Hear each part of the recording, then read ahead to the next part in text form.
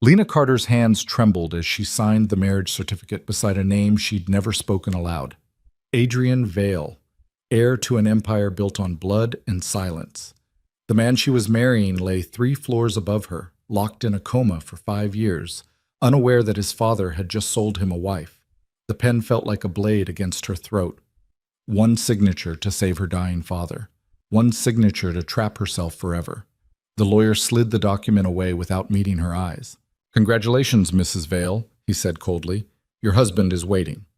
If you're hooked, stay with me until the end of this story. Hit that like button and drop a comment telling me what city you're watching from. I want to see how far this tale travels." The hospital corridor smelled like antiseptic and desperation. Lena Carter sat in a plastic chair outside the ICU, her scrubs wrinkled from a double shift, her mind numb from exhaustion and fear. Through the glass window, she could see her father's chest rising and falling with mechanical precision, kept alive by machines that beeped in steady rhythm. Each beep a reminder of time running out. The doctor had been blunt 3 days ago. Without the transplant, he has weeks, maybe less. The waiting list is long, Miss Carter, and without insurance, she'd stopped listening after that. The number he'd quoted might as well have been $1 billion. She was a nurse who worked 60-hour weeks just to keep the lights on in their tiny apartment. She had exactly $243 in her savings account and a mountain of medical school debt she'd abandoned when her father first got sick. There was no miracle coming. There was no wealthy aunt, no winning lottery ticket, no salvation. "Miss Carter?" Lena looked up to find a man in an expensive charcoal suit standing before her. He was older, maybe 60, with silver hair combed precisely and eyes that looked like they'd never softened for anything in his life. 2 men flanked him, bodyguards, she realized with a chill. "My name is Malcolm Gray," he said, his voice smooth and controlled. "I represent the Vale family. May I have a moment of your time?" She blinked, confused. "I think you have the wrong person." "I don't." He gestured to an empty chair beside her. "May I sit?" Every instinct told her to say no, to walk away, to pretend this conversation wasn't happening. But desperation had a way of drowning instinct. "What do you want?" she asked quietly. Malcolm sat, adjusting his cufflinks with practiced precision. "I want to offer you a solution to your problems. All of them." "I don't understand." "Your father needs a heart transplant. The surgery alone will cost $300,000. Post-operative care, medications, rehabilitation. We're looking at $500,000 conservatively." He paused, watching her face. "I'm prepared to cover every penny, immediately." Lena's breath caught. "Why?" "Because I need something from you." There it was, the trap hiding behind the miracle. "What?" Her voice barely rose above a whisper. Malcolm reached into his jacket and withdrew a leather portfolio. He opened it carefully, revealing a photograph of a man in his early 30s. Even in a still image, he was striking. Dark hair, sharp features, eyes that seemed to look through the camera rather than at it. "My employer's son," Malcolm said. "Adrian Vale. 5 years ago, he was attacked, shot 3 times at close range during what should have been a routine business meeting. He survived, but he never woke up." Lena stared at the photograph, her nurse's brain automatically cataloging possibilities. Traumatic brain injury, persistent vegetative state, locked-in syndrome. "I'm sorry," she said carefully, "but I don't see what this has to do with me." "Adrian requires round-the-clock medical care. His father, Victor Vale, has spared no expense keeping him alive. The finest doctors, the best facility, everything modern medicine can provide." Malcolm's expression remained neutral. "But there's a complication. Adrian's 25th birthday was 3 years ago. According to the terms of his grandfather's will, if Adrian remained unmarried by that age, his inheritance, including his voting shares in the family business, would pass to other members of the Vale family upon his death." Understanding crept in like ice water. "You can't be serious." "Adrian's cousins have been remarkably patient," Malcolm continued as if she hadn't spoken. "But patience has limits. There have been 3 attempts to discontinue his care in the past 18 months. His father has blocked each one, but the pressure is mounting. If Adrian were married, however, those shares would pass to his wife. The cousins would have no legal standing to make medical decisions.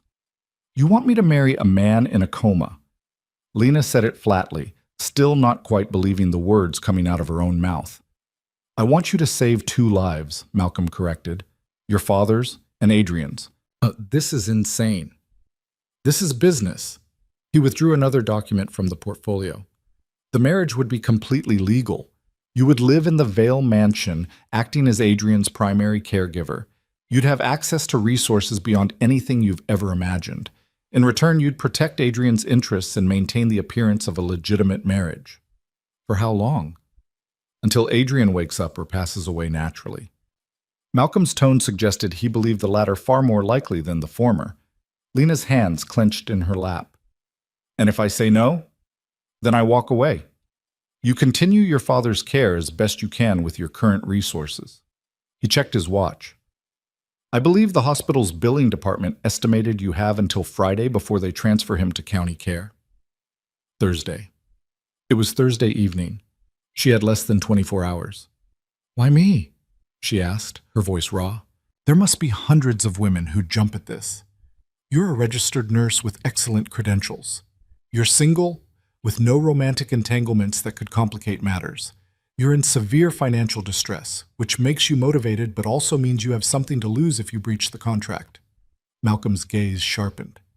And perhaps most importantly, you're invisible. No social media presence, no family beyond your father, no connections to anyone who might ask uncomfortable questions.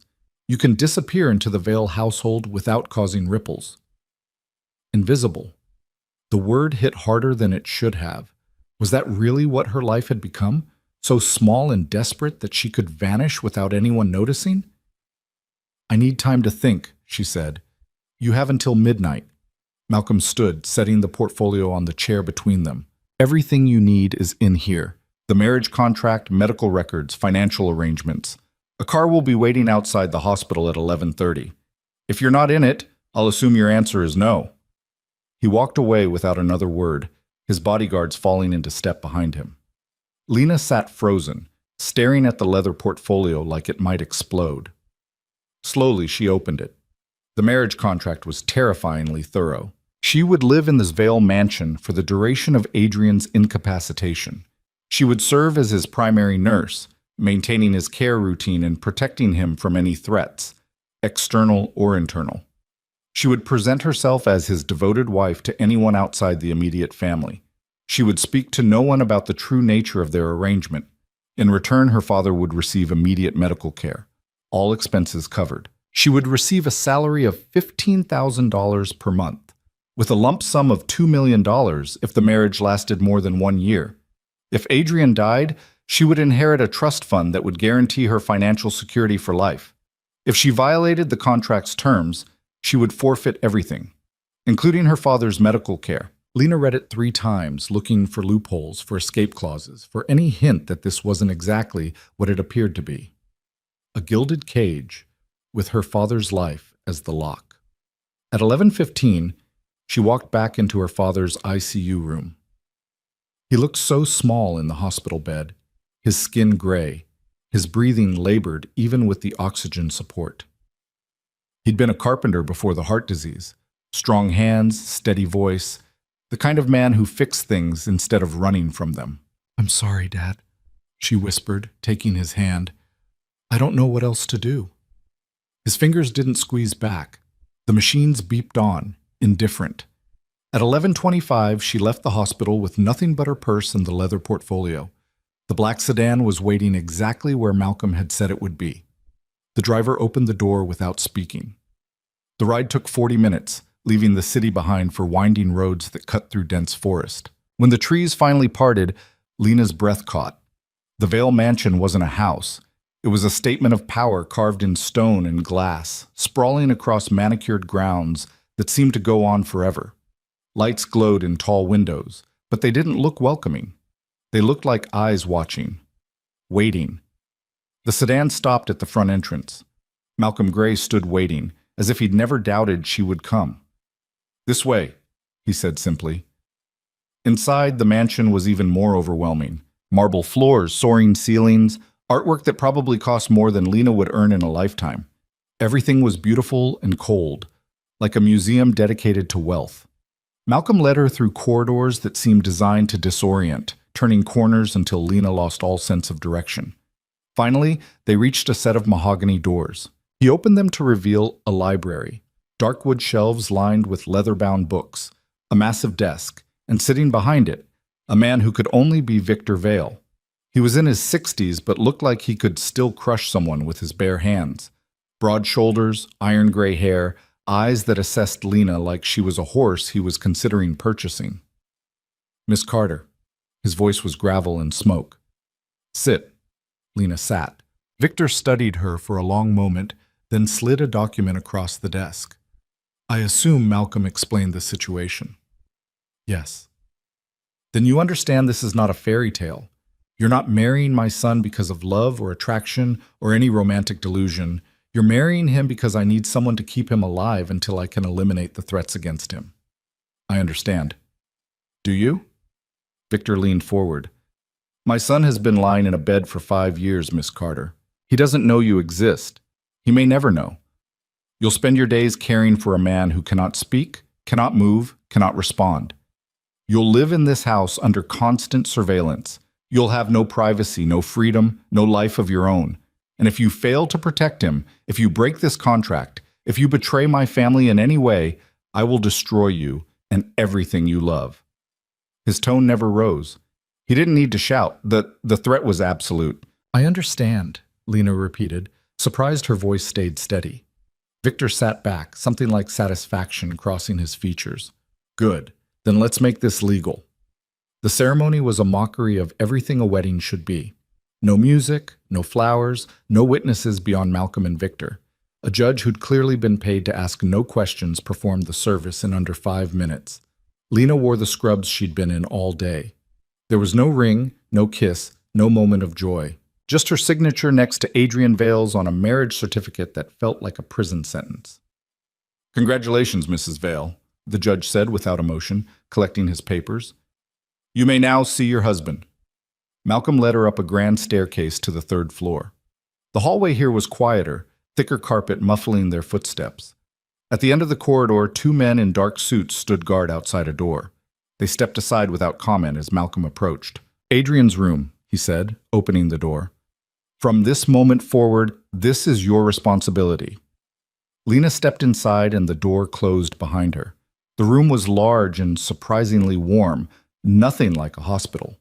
A hospital bed dominated the center, surrounded by medical equipment that hummed softly.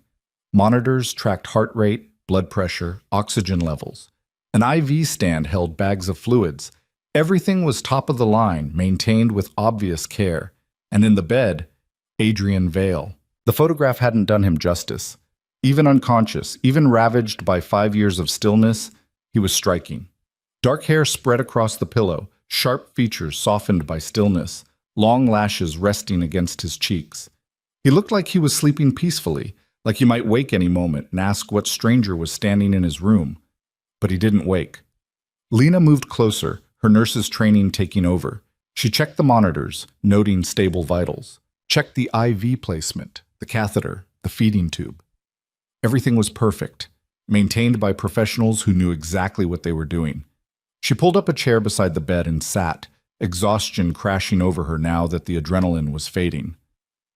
"Hi," she said softly to the unconscious man who was now legally her husband. "I'm Lena. I'm sorry we had to meet like this." Adrian didn't respond. The monitors beeped steadily. "I signed my life away tonight to save my father," she continued, talking more to fill the silence than because she expected an answer. "Your father paid for a heart transplant in exchange for me marrying you. I know how insane that sounds. Trust me, I know." She reached out, hesitating, then gently took Adrian's hand. His skin was warm, his fingers long and elegant. There were scars on his knuckles, faded but still visible. "I'll take care of you," she promised quietly. "I don't know what else I can do, but I can do that." The door opened and a woman in her 50s entered, wearing a housekeeper's uniform. She carried fresh linens and regarded Lena with obvious curiosity. "I'm Mrs. Chen," she said, her accent crisp and British. "I maintain the household. You'll take your meals in your room. It's next door. Breakfast at 7, lunch at noon, dinner at 6. Don't be late. Thank you, Lena said. Mrs. Chen's expression softened slightly. He's a good man, mister. Adrian, whatever brought you here, remember that. She left before Lena could respond. Alone again with her unconscious husband, Lena felt the weight of what she'd done finally settle on her shoulders. She'd sold herself to save her father. She'd married a stranger she might never truly meet. She'd walked into a world of power and danger where money bought silence and mercy was never free. And there was no escape. The monitors beeped on through the night as Lena sat vigil beside Adrian Vale, her husband in name only, wondering what kind of man lay trapped behind those closed eyes, and whether she would survive long enough to find out. Morning came too quickly. Lena woke slumped in the chair beside Adrian's bed, her neck stiff and her mouth dry. Sunlight streamed through tall windows she hadn't noticed the night before, revealing that Adrian's room overlooked gardens so perfectly manicured they looked artificial. Good morning, Mrs. Vale. Lena jerked upright to find Malcolm standing in the doorway, immaculate as always, despite the early hour. You'll want to shower and change, he said. Your belongings have been moved to your quarters. Mrs. Chen will bring breakfast at 7. Your first briefing with Mr. Vale is at 8. Briefing? On Adrian's care routine, security protocols, and household rules. Malcolm's expression remained neutral. This is a working arrangement, Mrs. Vale. You'll be expected to perform your duties competently. He left without waiting for acknowledgement. Lena's room adjoined Adrian's through a connecting door. It was beautiful in an impersonal way. Expensive furniture, neutral colors, everything arranged with hotel-like precision. Her few possessions looked pathetic scattered on the massive bed. Someone had unpacked her duffel bag, hanging her 3 pairs of scrubs in a closet built for hundreds of garments. The bathroom was larger than her old apartment's bedroom, all marble and gold fixtures. Lena showered quickly, hyper-aware that she was being watched. Cameras, probably, or staff who reported everything. In this house, privacy was an illusion. She dressed in clean scrubs and returned to Adrian's room. In daylight, she could see details she'd missed. Bookshelves lined one wall, filled with volumes on history, philosophy, economics. A chess set sat on a side table, frozen mid-game. Personal touches that suggested Adrian had been a real person once, not just a body in a bed. You're punctual. Good. Victor Vale stood in the doorway, filling the space with his presence. He entered without invitation, moving to his son's bedside with the confidence of someone who owned everything he touched. His routine is non-negotiable, Victor said, checking the monitors with practiced ease. Morning care at 6, bathing, grooming, range of motion exercises. Medication at 7 and 7 p.m. Position changes every 2 hours to prevent pressure sores. You'll document everything in his medical log. Any deviations, any changes in his condition, you report immediately to Dr. Reeves. Who's Dr. Reeves? Adrian's neurologist. He visits weekly. Victor's gaze shifted to Lena, assessing. You're a competent nurse, I'm told. Prove it. It wasn't a request. Lena spent the next hour demonstrating her skills while Victor watched with critical attention. She performed morning care with gentle efficiency, talking to Adrian as she worked. I'm going to move your left arm now. Tell me if anything hurts.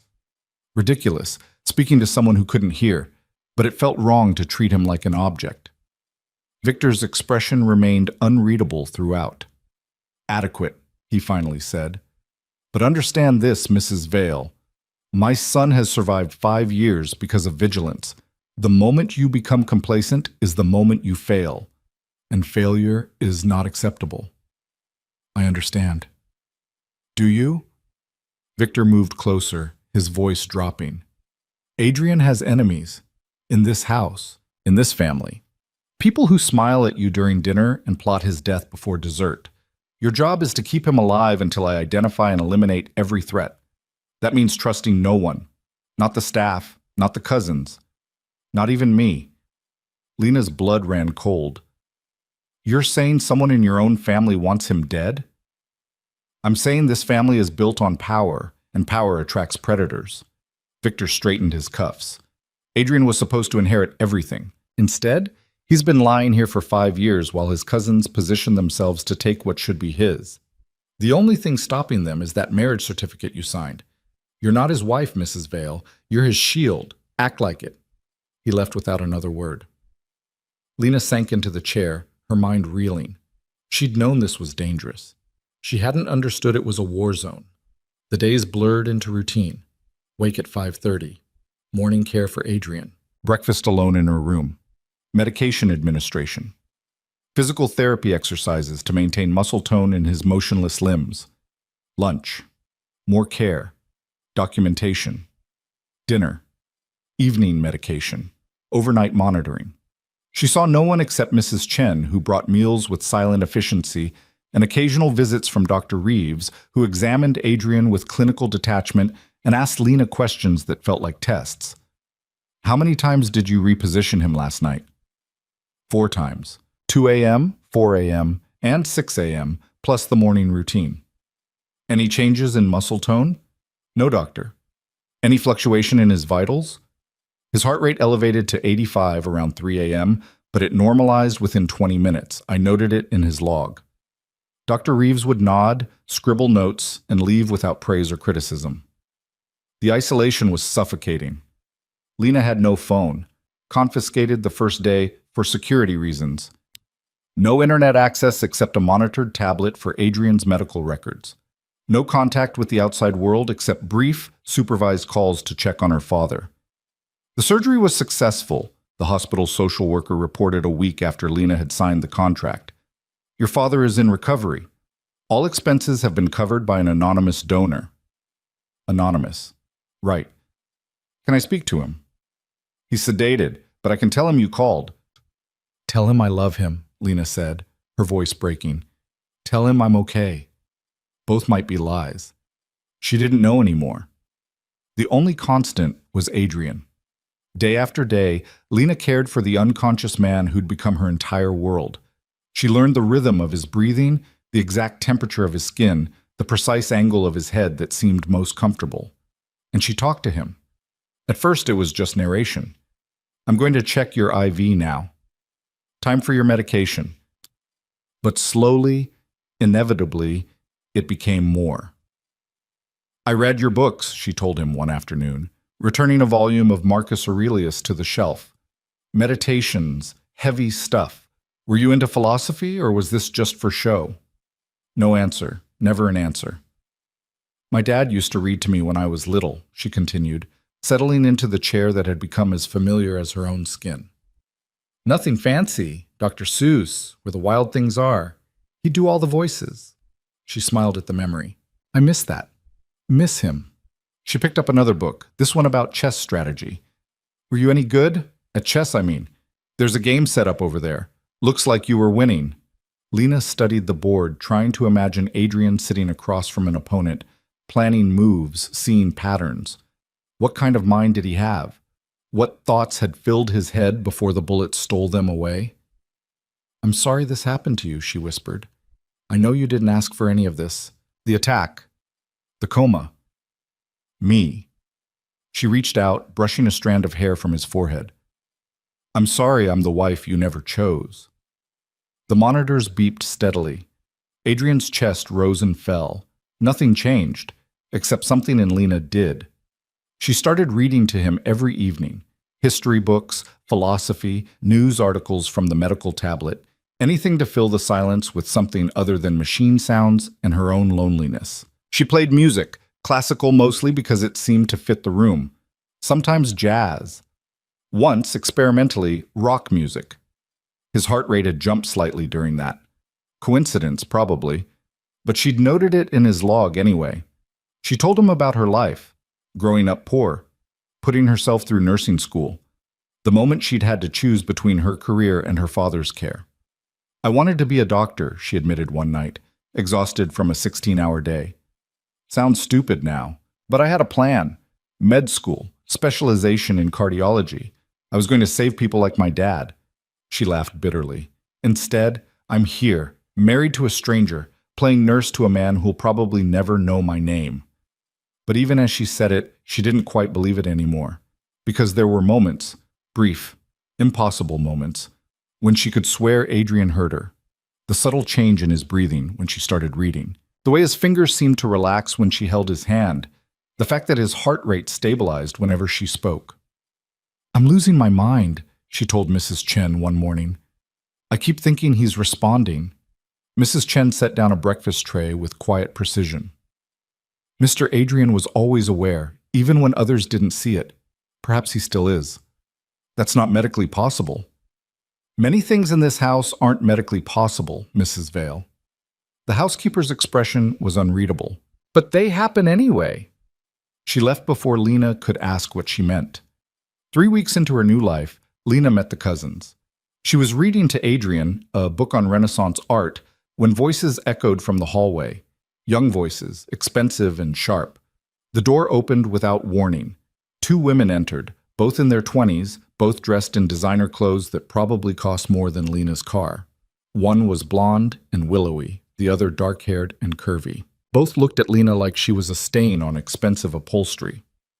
"So you're the nurse Victor bought," the blonde said, her smile razor-sharp. "I'm Veronica Vale. This is my sister, Isabel.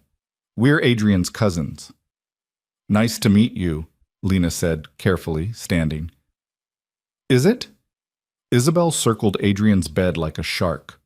"We heard Uncle Victor was getting desperate. Didn't realize he'd gone this far." "I don't understand." "The marriage." Veronica's laugh was crystalline and cruel. "Did you actually think this would work? That you could just show up, sign some papers, and become one of us?" "I'm not trying to become anything," Lena said quietly. "I'm just taking care of Adrian." "Adrian's dead," Isabel said bluntly. "He's been dead for 5 years. He's just too stubborn to stop breathing." Lena's hands clenched. "He's not dead. He's recovering." "From 3 bullets to the chest, from 5 years in a coma?" Veronica shook her head. "You're delusional, or lying. Either way, you're wasting everyone's time." "I think you should leave," Lena said, her voice steady despite the fear crawling up her spine.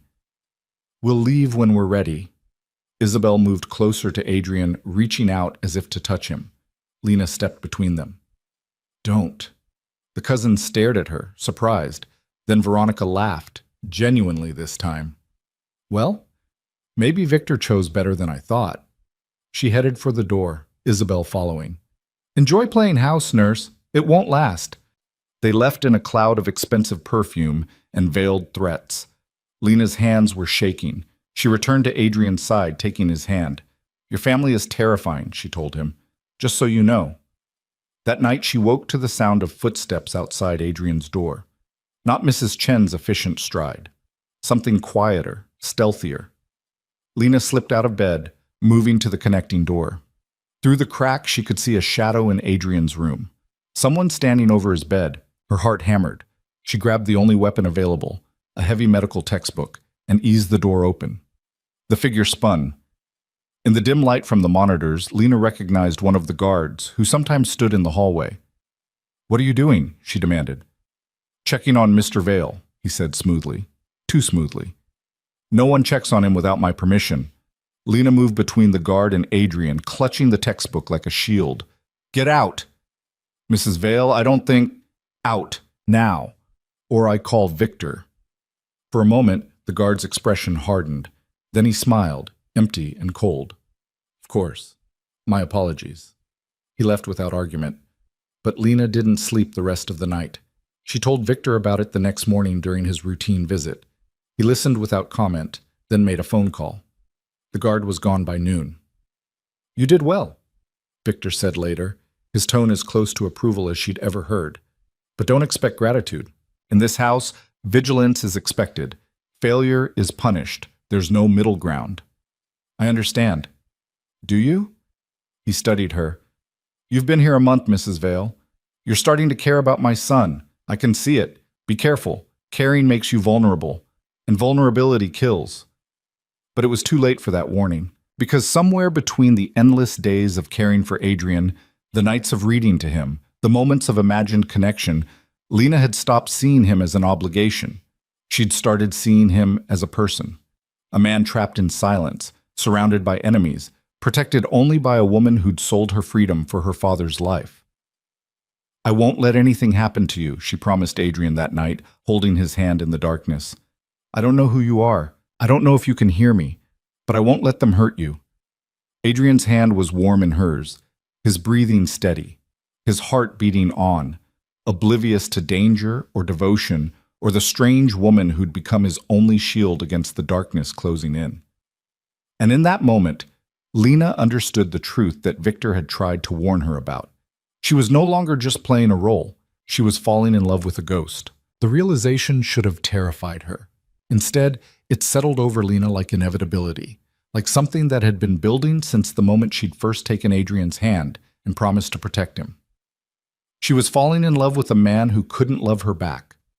The days continued their relentless rhythm, but now every moment felt different. When Lena bathed Adrian, carefully washing his shoulders and arms, she noticed the strength still hidden in his muscles despite 5 years of stillness. When she combed his hair, she found herself wondering what color his eyes were, information absent from his medical charts, irrelevant to his care but suddenly desperately important to her. "You're being ridiculous," she told herself one morning, standing in her bathroom and staring at her reflection, dark circles under her eyes from too many sleepless nights, hair pulled back in a perpetual ponytail, scrubs that hung looser now. She'd lost weight without noticing. "He's your patient, your responsibility, nothing more." But when she returned to Adrian's room and saw him lying there, peaceful and unreachable, her heart betrayed every rational thought. "Good morning," she said softly, checking his monitors. "All stable, always stable. I brought you something new today." She'd found a collection of poetry on his shelves: Neruda, Frost, Yeats. The pages were worn, margins filled with penciled notes and handwriting she'd come to recognize as Adrian's. Strong strokes, precise letters, the marks of a careful mind. "Listen to this," she said, settling into her chair and opening to a dog-eared page. "I have spread my dreams under your feet. Tread softly, because you tread on my dreams." She paused, tracing the penciled note Adrian had written beside it. "Truth in vulnerability. You like this one. I can tell." His chest rose and fell. The feeding pump hummed. Nothing else. "I wonder what your dreams were," Lena continued, closing the book but keeping it in her lap. "Before all this? Did you want to run your father's empire? Or did you want something different, something softer?" She reached out, taking his hand in both of hers. His fingers were long and elegant, the nails she trimmed every week perfectly maintained. There were calluses on his palms, faded now, but still visible. Working hands. Hands that had done more than sign contracts and make deals. "I wish I could ask you," she whispered. "I wish you could tell me who you really were." The door opened and Dr. Reeves entered, his expression its usual mask of professional detachment. Lena released Adrian's hand quickly, feeling caught at something improper. "Mrs. Vale," he greeted, moving to check the monitors. "How was the night?" Uneventful, his vitals remained stable, no fluctuations. Dr. Reeves performed his examination in silence, checking reflexes that never responded, shining lights into eyes that never tracked. When he finished, he made notes on his tablet, then fixed Lena with an assessing look. "You're spending a lot of time with him," he observed. "I'm his nurse. That's my job." "Your job is to maintain his physical condition, not to read poetry to him or talk for hours about philosophy and art." Dr. Reeves's tone wasn't unkind, but it was pointed. "I've reviewed your documentation, very thorough, perhaps too thorough.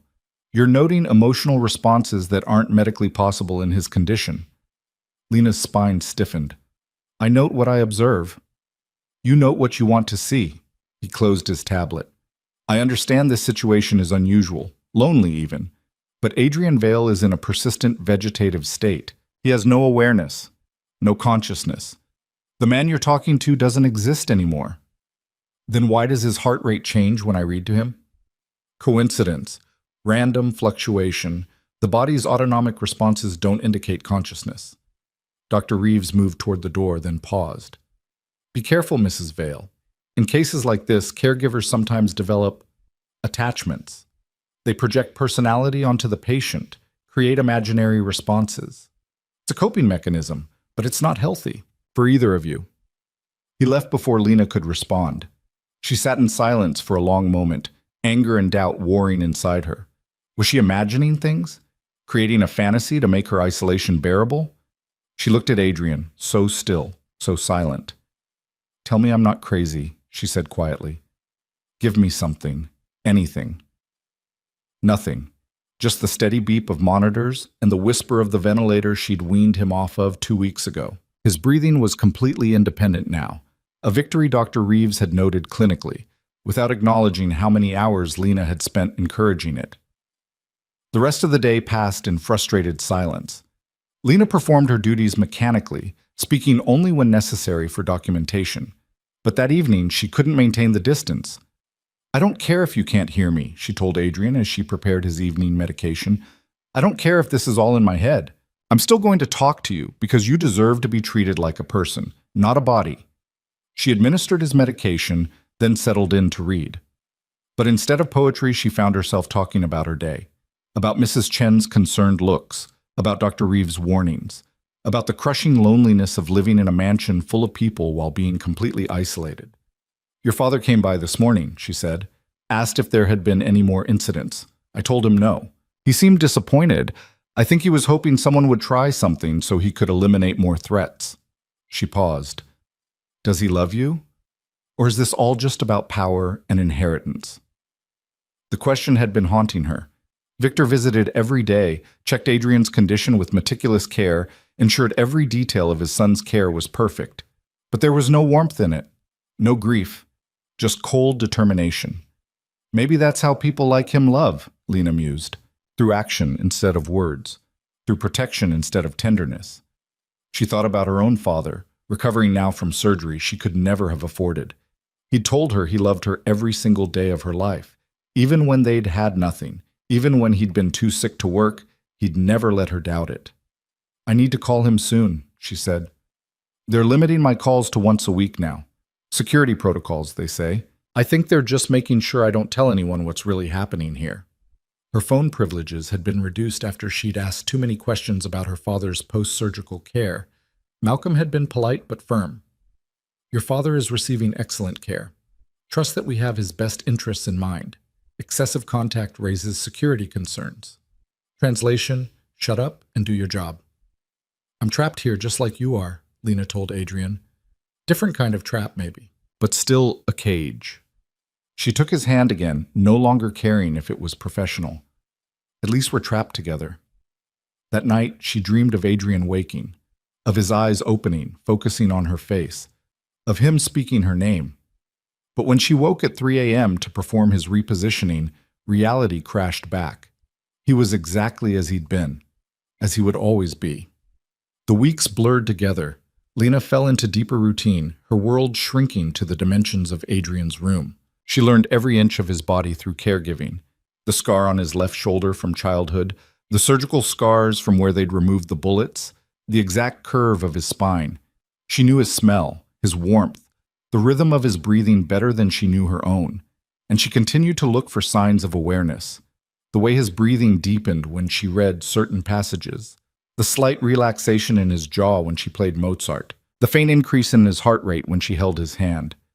I know you're in there, she whispered during late-night vigils. I don't care what the doctors say. I can feel you. 2 months into her imprisonment, that's how she'd started thinking of it, Veronica and Isabel returned. This time they brought their brother Marcus, a sharp-eyed man in his 30s who assessed Lena like she was a business problem to solve. Still here? Veronica asked, draping herself across the chair Lena usually occupied. I thought you'd have run away by now. Why would I run? Lena stood protectively near Adrian's bed. Because this is insane, Isabel said flatly. You're wasting your life playing nurse to a vegetable. Don't call him that, Marcus laughed, the sound devoid of humor. Protective, isn't she? Victor chose well.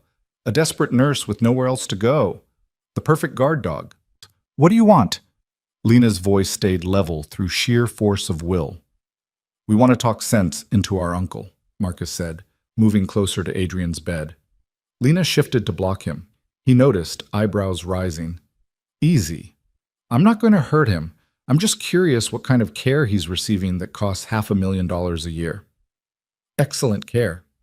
Is it? Veronica stood, circling around to Adrian's other side. Because from where I'm standing, he looks exactly the same as he did 5 years ago. No improvement, no deterioration, just existing. Recovery from traumatic brain injury takes time, Lena said. Recovery? Isabel's laugh was sharp. You actually think he's going to wake up? Yes. The cousins exchanged glances. Then Marcus smiled, and it was the coldest thing Lena had ever seen. You poor deluded fool, he said softly. You've actually convinced yourself this means something, that you matter, that he'll wake up and fall in love with his devoted nurse, and you'll live happily ever after. I don't think that, Lena said, but her face burned. Don't you? Veronica moved closer, her voice dropping to something almost kind. Listen, I don't know what Victor promised you, but this doesn't end well. Adrian is never waking up, and when Uncle Victor finally accepts that, when he pulls the plug, do you know what happens to you? The contract. The contract pays you off and throws you away, Marcus interrupted. You think you're family now? You're an employee, and employees are expendable. Get out, Lena said quietly. We're just trying to help you see reality, Isabel said. Out, now, or I call security. Veronica straightened, smoothing her designer dress. Security works for Victor, darling, not for you. But fine, we'll go. Just remember what we said when this all falls apart. They left in a cloud of expensive perfume and casual cruelty. Lena's hands were shaking. She locked the door behind them, something she'd started doing after the incident with the guard, and returned to Adrian's side. They're wrong, she told him fiercely. You're not a vegetable. You're not gone. I know you're still in there. But doubt crept in like poison. What if they were right? What if she was delusional, projecting consciousness onto autonomic responses, falling in love with a fantasy? Prove them wrong, she whispered, taking both his hands.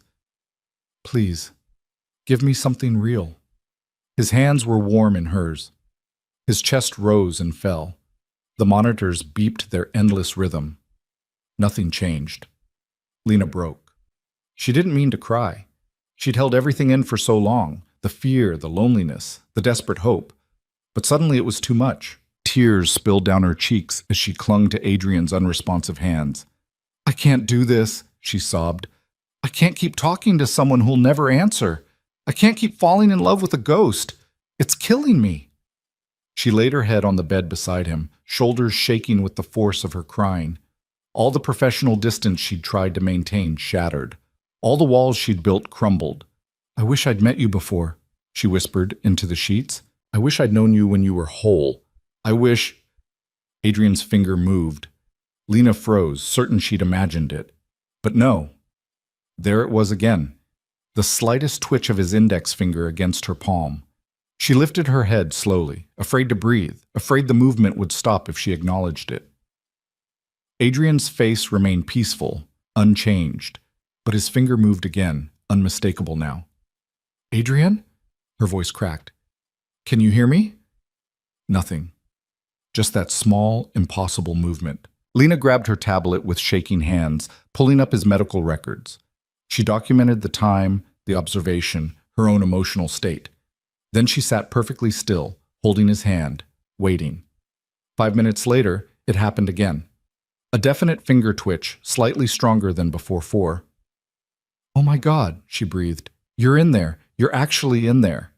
She wanted to scream, to run for Dr. Reeves, to tell Victor, but something stopped her. The memory of the guard in Adrian's room, the cousin's threats, Victor's warning that Adrian had enemies everywhere. If people knew he was showing signs of consciousness, would they increase their efforts to kill him? Or would they accelerate their timeline? Lena made a decision that probably violated every medical protocol she'd ever learned. She documented the movement in Adrian's private log, the one only she and Dr. Reeves could access, but told no one else. It's our secret, she told Adrian quietly, until I know it's safe, until I know who to trust. Over the next week, the movements increased, subtle things that could easily be missed or dismissed as reflexes. A finger twitch when she spoke, a slight change in his breathing pattern when she read. Once, impossibly, what felt like the faintest squeeze of her hand. Lena became obsessed with documenting everything, looking for patterns. The movements were stronger in the evening. They increased when she talked about emotional topics. They stopped completely when anyone else was in the room. You're protecting yourself, she realized one night. You know you're vulnerable. You know there are people who want you dead, so you're hiding. If Adrian could hear her, and she was increasingly certain he could, then he'd been aware for weeks, maybe months, trapped in his own body, unable to move, unable to speak, listening to everything around him. The thought was horrifying. "I'm so sorry," she whispered, holding his hand. "I'm so sorry you've been alone in there. But I'm here now, and I won't let anyone hurt you, I promise." His finger twitched against her palm. Once, twice, 3 times. Lena's breath caught. Was he trying to communicate? She grabbed a pen and paper. "Once for yes, twice for no," she said. "Can you understand me?" A pause that felt like eternity. Then, one twitch. "Yes." Tears streamed down Lena's face. "Are you in pain?" 2 twitches. "No." "Can you hear everything?" 1 twitch. "Yes." "Do you know why I'm here about the marriage?" A longer pause. Then 1 twitch. "Yes." Lena's heart broke. He'd been conscious for their wedding. He'd heard her vows, heard his father's threats, heard everything and been unable to protest. "I'm sorry," she said again. "I'm so sorry they did this to you, to us." No response. She didn't know if there was a question to answer. "We'll figure this out," she promised. "I don't know how, but we will. Just keep fighting. Keep coming back." 1 twitch. "Yes." From that night forward, everything changed. Lena continued the routine of his care, but now she knew he felt every touch, heard every word. She became even more careful with his dignity, talking him through every procedure, asking permission even though his responses were limited. "I'm going to help you sit up now," she'd say. "Is that okay?" 1 twitch. "Yes." "Are you comfortable?" 1 twitch. "Yes." "Do you want me to read?" 1 twitch.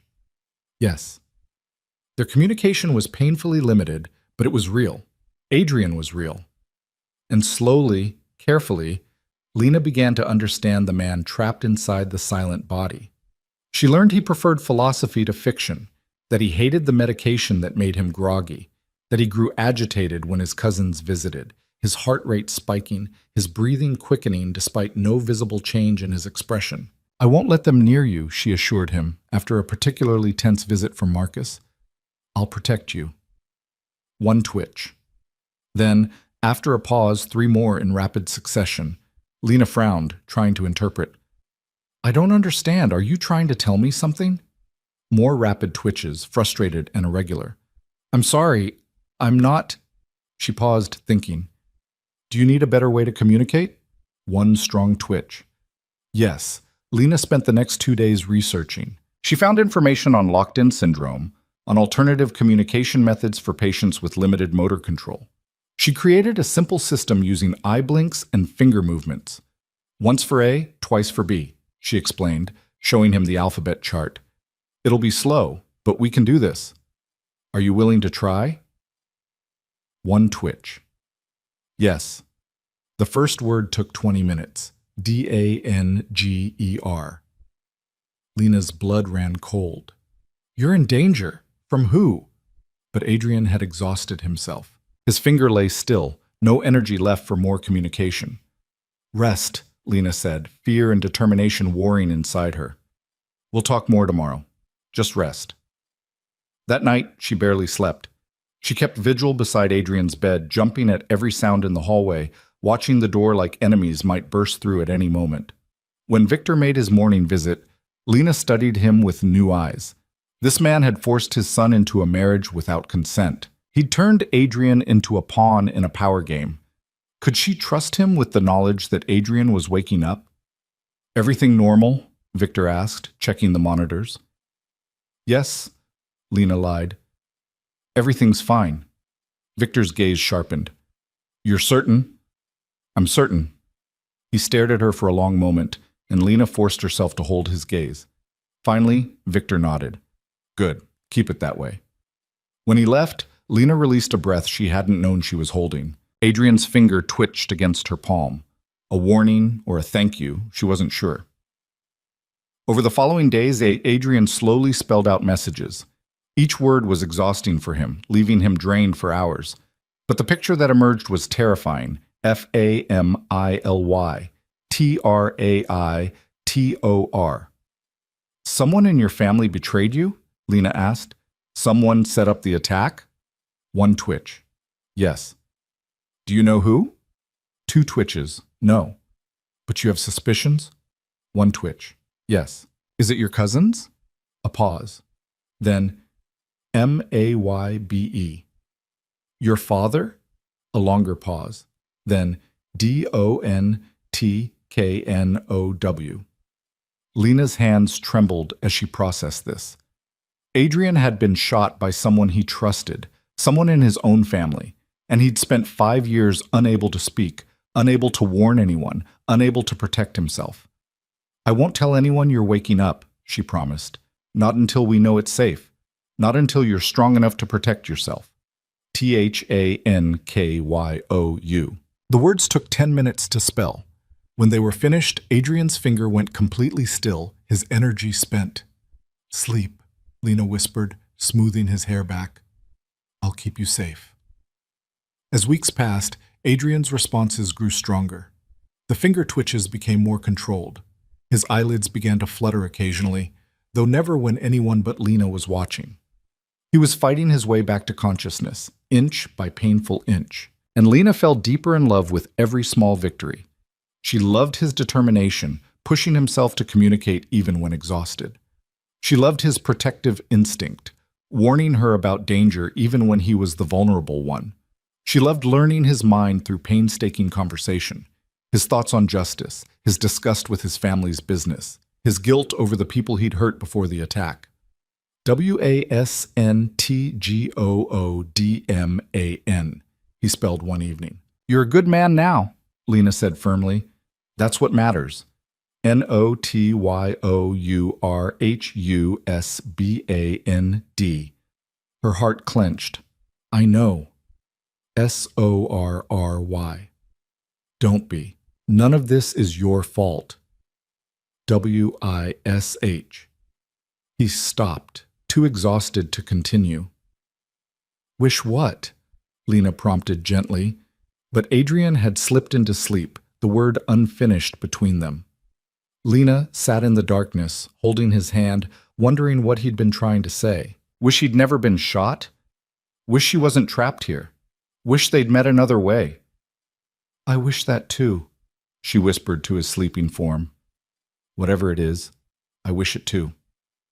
3 months into her strange marriage, Lena realized she'd stopped thinking about escape, stopped counting the days until the contract expired, stopped imagining a life outside these walls. Adrian had become her world, not the mansion, not the money, not even her freedom. Just this man who was fighting his way back to life one finger, twitch at a time. And when he finally opened his eyes and looked at her, really looked at her, would he see the woman who'd cared for him? Or would he see the stranger his father had forced him to marry? Lena didn't know, but she knew with absolute certainty that she would stay by his side until he was strong enough to make that choice himself, even if it destroyed her, even if he chose to walk away. Because that was what love meant. Not possession, not obligation, just the fierce determination to see someone whole, no matter the cost to yourself. The night Adrian's eyes opened, Lena was reading poetry again. Neruda, the worn collection she'd found on his shelf with his careful annotations filling the margins. She'd just finished a passage about love being so short and forgetting so long when she felt his hand move in hers. Not the subtle finger twitches she'd grown accustomed to, but a full, deliberate squeeze, her breath caught. Adrian?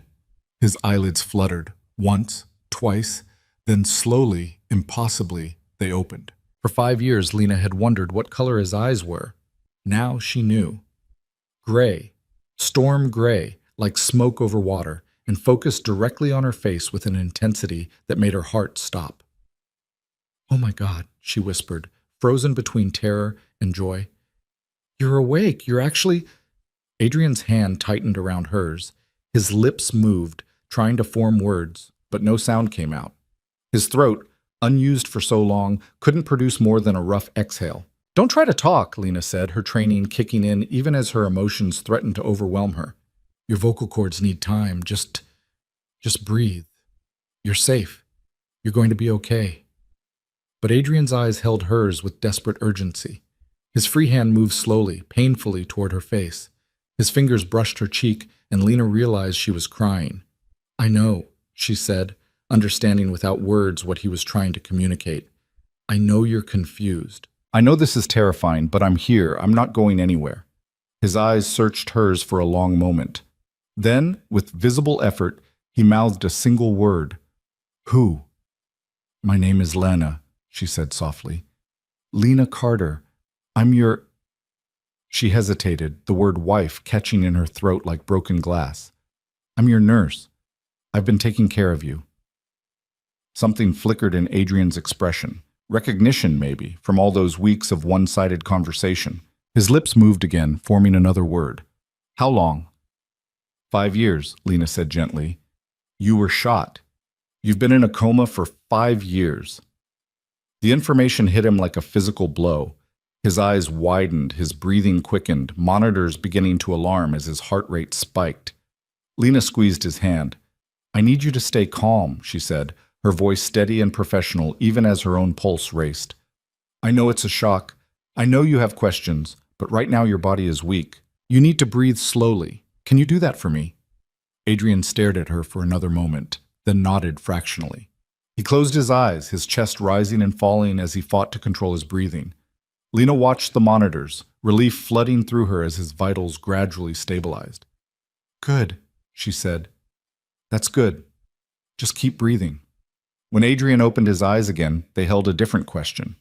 His gaze moved to their joined hands, then back to her face. The question was clear even without words. Lena's heart hammered. She had to tell him. He deserved to know the truth. But how did you explain to a man that his father had married him off without consent while he lay helpless?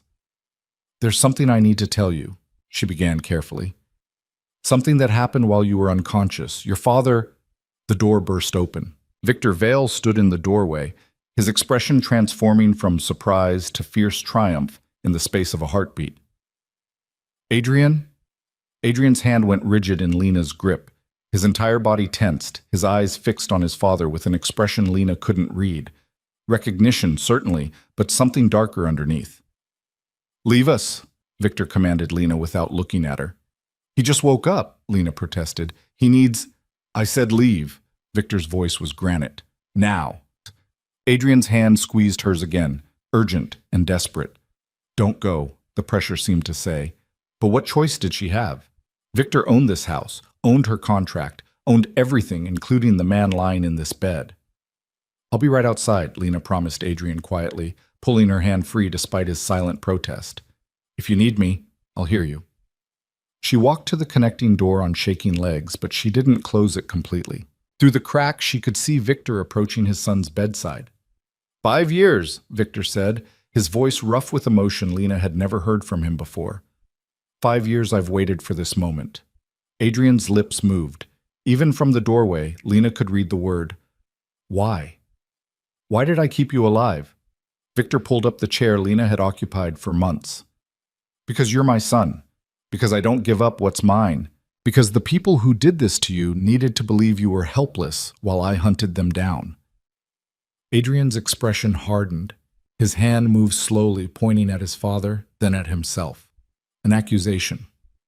"Yes," Victor said, understanding. "I married you while you were unconscious. To a nurse. To protect your inheritance from your cousins, who've been circling like vultures waiting for me to pull the plug." Lena watched Adrian's face contort with rage. His hand slammed weakly against the bedrail, the most violent movement his damaged body could manage. His mouth opened, forcing sound through his damaged vocal cords. What emerged was barely a whisper, rough as gravel, but unmistakably furious. "No." "Right. I had every right," Victor countered coldly. "You were dying. Your cousins were filing legal motions to have you declared dead. The marriage was the only way to protect what's yours. Not yours to decide." The words came out broken and painful, but the fury behind them was clear. Adrian tried to sit up, his muscles trembling with effort and weakness. He made it perhaps 6 inches before collapsing back, breathing hard. "Don't be a fool," Victor snapped. "You were unconscious. Someone had to make decisions." "Not that decision." Lena's chest tightened. She'd known Adrian would be angry when he found out. She'd prepared herself for his rage. But hearing the betrayal in his broken voice, seeing the way he looked at his father like an enemy, it cut deeper than she'd expected. "The girl is irrelevant," Victor said dismissively. "A means to an end. When you're strong enough, we'll dissolve the marriage. She'll take her payment and disappear. What matters is that you're awake. You're alive. And we can finally deal with the traitors in our family." "Who?" Adrian rasped. "I don't know yet, but they made a mistake keeping you alive, because now you can tell me who pulled the trigger." Adrian's expression shifted, something dark and haunted replacing the anger. He turned his head away, staring at the ceiling. "I don't remember." "You don't remember the attack? Remember the meeting? Then nothing. Woke up. Now..." Victor's jaw clenched. "Nothing? No faces? No voices?" "Nothing." For a long moment, Victor sat in silence. Then he stood abruptly. "We'll discuss this later. You need rest. I'll send Dr. Reeves to examine you." He strode toward the door, nearly colliding with Lena. His eyes narrowed when he saw her standing there. "How long were you listening?" "Long enough," Lena said, lifting her chin. "He needs medical attention. His vitals are unstable, his throat is damaged from intubation, and he's severely weak. Whatever interrogation you're planning can wait until he's stronger." Victor studied her for a moment. Then something like approval crossed his features. "Fine. You have 24 hours to stabilize him. Then I want answers." He left without another word. Lena returned to Adrian's room to find him still staring at the ceiling, his expression hollow. She approached slowly, giving him time to acknowledge her presence. "I'm going to examine you now," she said softly. "Is that okay?" Adrian's eyes shifted to her face. For a moment she thought he might refuse. Then he nodded once, barely perceptible. Lena worked quickly and efficiently, checking his vitals, testing his reflexes, assessing the damage 5 years of immobility had caused. His muscle tone was better than expected, evidence of the countless hours she'd spent on range of motion exercises. His cardiovascular system was stable, but his throat showed signs of damage, and his limbs trembled with weakness. "You're doing remarkably well, considering," she said, making notes on her tablet. "But you need to take things slowly. Your body has been through tremendous trauma." Adrian watched her work, his gray eyes tracking her every movement. When she finished, he caught her wrist, his grip weak but deliberate. "The marriage," he rasped. "True?" Lena's heart sank. "Yes. I'm sorry. I know you didn't consent. I know this is..." "Why, you?" "My father needed a heart transplant. Your father offered to pay for it in exchange for..." She couldn't finish the sentence. "For marrying a stranger." Adrian's voice was bitter and broken. "He bought you." "Yes." "And you agreed." It wasn't a question, but Lena answered anyway. "I didn't have a choice. My father was dying. I would have done anything to save him." Adrian's grip on her wrist loosened. He looked at her with something that might have been understanding or might have been disgust. Lena couldn't tell. "You were caring for me all this time?" "Yes." "The reading, the talking, that was you." You heard it?" Lena's breath caught. "All of it?" "Not at first, but later." "Yes." Shame flooded through her. All those nights she'd poured her heart out, thinking he couldn't hear. All those confessions, those moments of desperate loneliness. He'd been aware for how long? "How long have you been conscious?" she asked. "Weeks, maybe 2 months. Hard to track. Time, 2 months." He'd been aware for 2 months while she'd fallen in love with what she thought was a ghost. "I'm sorry," Lena said, her voice cracking. "I'm so sorry you had to hear everything. I thought you couldn't. I didn't mean to burden you with..." "You kept me alive," Adrian interrupted, his voice rough but definite. "My cousins. The guard. You protected me." "I told you I would." "Why?" His eyes searched hers. "You don't know me, owe me nothing. Why protect me?" "Because I love you," Lena thought. but couldn't say. Because somewhere between the caregiving and the one-sided conversations, you stopped being a patient and became the most important person in my world.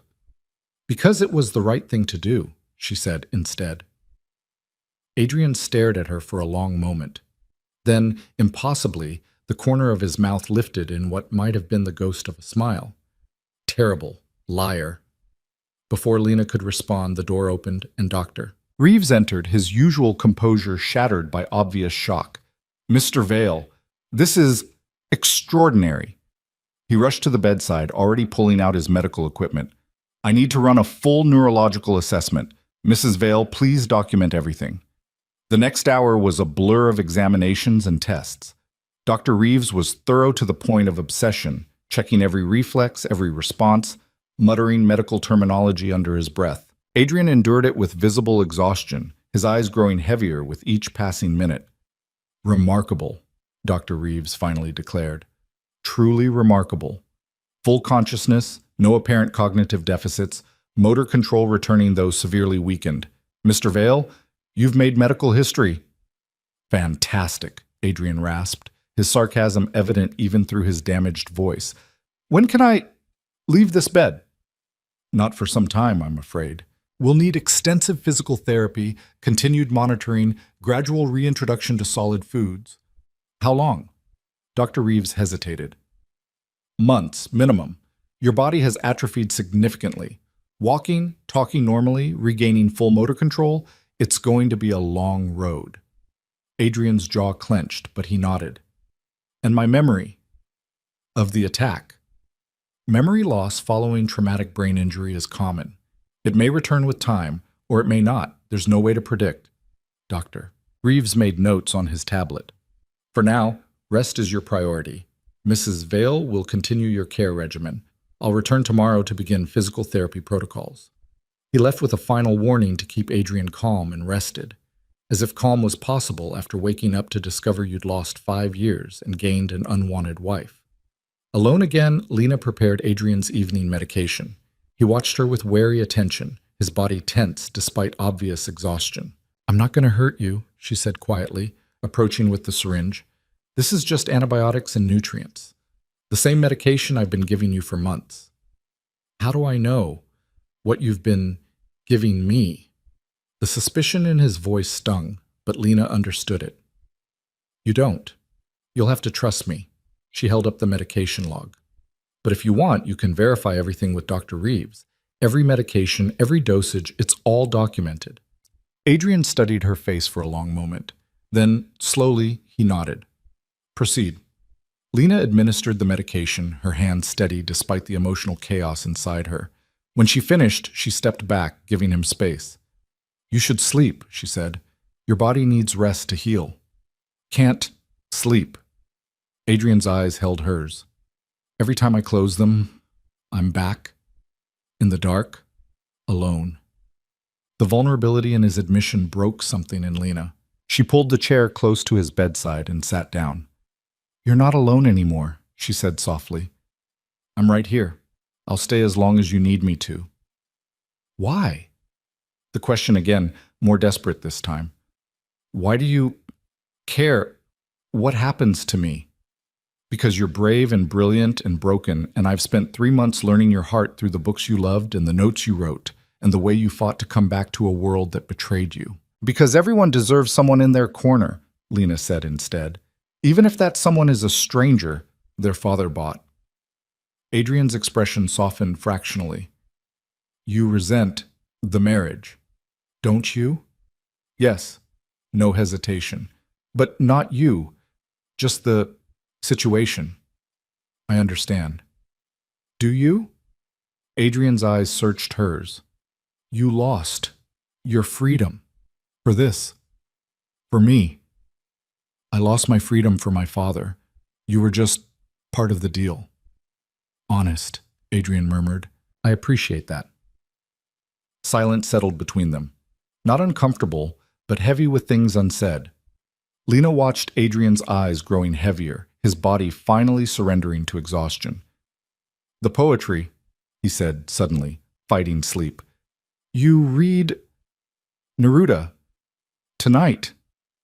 Yes, it was one of your favorites, I thought. It was. His eyes closed.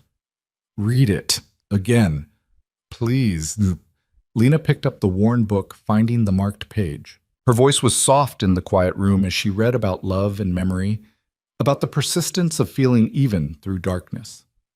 When she finished the passage, Adrian was asleep, his breathing deep and even. She sat beside him through the night, keeping vigil like she had for months. But now everything was different.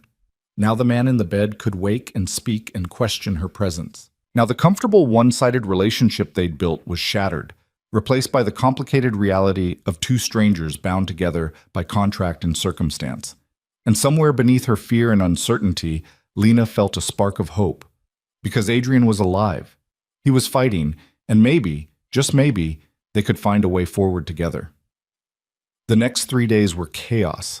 Word of Adrian's awakening spread through the mansion like wildfire. Suddenly, Lena's carefully controlled environment was invaded by doctors, physical therapists, and family members she'd never met. Victor was a constant presence, interrogating his son about the attack, about potential enemies, about business dealings from 5 years ago. Adrian answered what he could, but his memory of the incident remained frustratingly blank.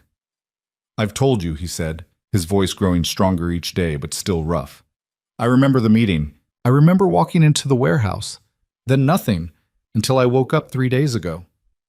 Convenient, Marcus said from his position against the wall. He'd been present for every interrogation, his sharp eyes missing nothing. The one thing you can't remember is who shot you. You think I'm lying? Adrian's voice was ice. I think memory loss is a convenient excuse when you don't want to answer uncomfortable questions. Enough, Victor snapped. Adrian has no reason to protect whoever did this. Doesn't he? Veronica appeared in the doorway, perfectly coiffed as always. Maybe the attack wasn't what we thought. Maybe it was personal, not business. Adrian's expression went carefully blank. Meaning? Meaning you had enemies, cousin. People who thought you were too ambitious, too ruthless. People who wanted you out of the way. Are you confessing? Adrian asked mildly. Veronica's smile was sharp. I'm observing, nothing more. The tension in the room was suffocating. Lena, relegated to the corner during family meetings, watched the dynamics with growing alarm. The cousins circled Adrian like sharks, their questions seemingly supportive but edged with threat. Victor defended his son aggressively, but there was calculation in his protection.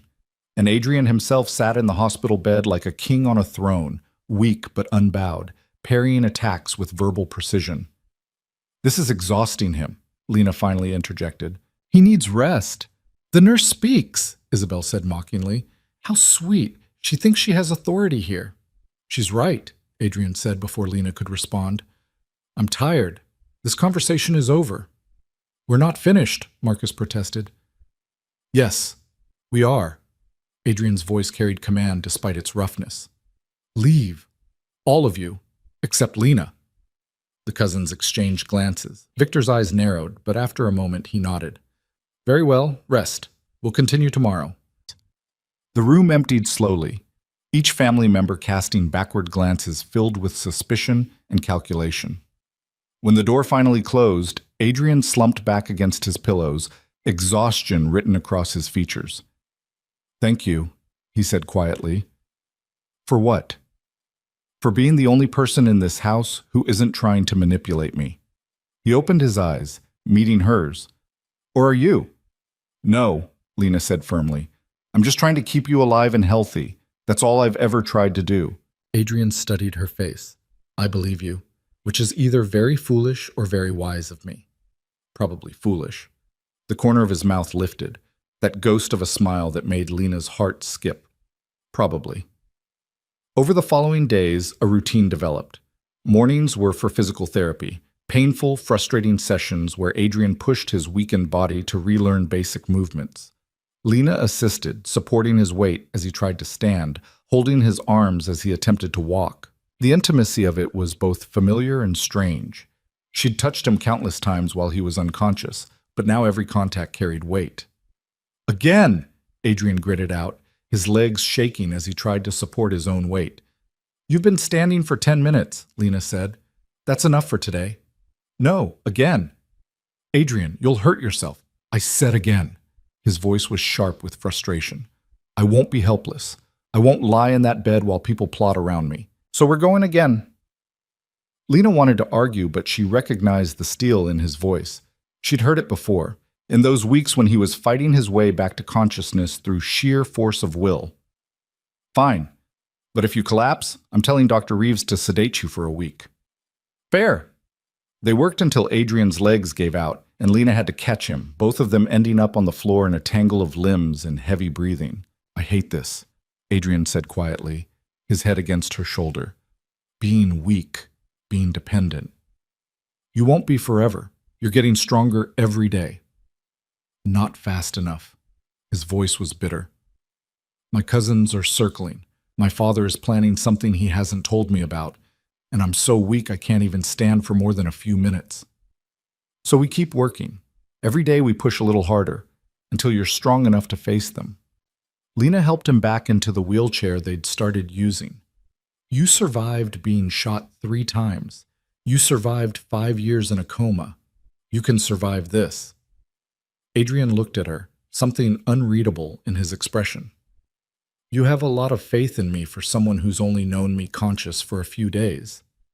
I've known you for 3 months, Lena corrected. Maybe you were unconscious, but I still learned who you are. Through your books, your letters, the way you fought to wake up. You're not the stranger you think you are to me. And what did you learn? His voice was quiet, curious rather than challenging. That you're brilliant and stubborn. That you question everything, including yourself. That you are trying to be better than your family's legacy. That you hate injustice but struggle with mercy. That you're lonely even when surrounded by people. Lena met his gaze. That you're worth saving. Adrian's breath caught. For a long moment they sat in silence, the weight of her confession hanging between them. The annulment, he finally said. My father mentioned it. Dissolving the marriage when I'm stronger. Yes? Lena kept her voice neutral despite the pain lancing through her chest. Is that what you want?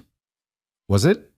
A month ago she would have said yes without hesitation. Freedom, money, her life back. But now, sitting beside the man she'd fallen in love with, the man who was finally real and present and looking at her like she mattered. What I want is irrelevant, she said carefully. The marriage was never real. It was a business arrangement. When it served its purpose, it ends. That was always the deal. You didn't answer the question. Neither did you. Adrian's lips twitched. Evasive. I like it. He wheeled himself toward the window, looking out at grounds he hadn't seen in 5 years. My father thinks you're irrelevant, a means to an end. Is that how you see yourself? I don't know how to answer that. Honestly would be a start. Lena took a breath. I see myself as someone who made an impossible choice and ended up somewhere I never expected. I don't regret saving my father, but I don't pretend this situation is anything other than what it is. Which is? Complicated. Adrian laughed, the sound rough but genuine. That's one word for it. He turned back to face her. You could have told me to leave you alone when I woke up. Could have demanded my father send in different nurses. But you stayed. Why? Because you asked me to. And you always do what people ask? No, but I do what I promise. Lena moved to stand beside him at the window. I promised I'd keep you safe. I promised I'd help you recover. Those promises still stand, whether you're unconscious or awake. Adrian's hand found hers, his fingers interlacing with hers in a gesture that felt both familiar and entirely new. Then I'm asking you to make another promise, he said quietly. What? Don't let them separate us. Not yet. His eyes met hers, vulnerable and determined. I don't trust anyone in this house except you. And until I'm strong enough to protect myself, until I know who tried to kill me, I need you beside me. Adrian, I know what I'm asking. I know it's selfish, but please.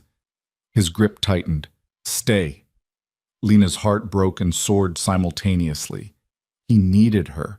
Maybe not the way she wanted, maybe only as protection rather than as something more, but he was choosing her, trusting her, when trust seemed like the most dangerous thing he could offer anyone.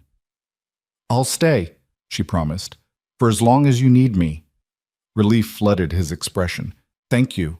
But Adrian, there's something you should know." The door burst open. Victor stormed in, his face dark with rage, Malcolm Gray close behind, looking uncharacteristically shaken. "We have a problem," Victor said without preamble.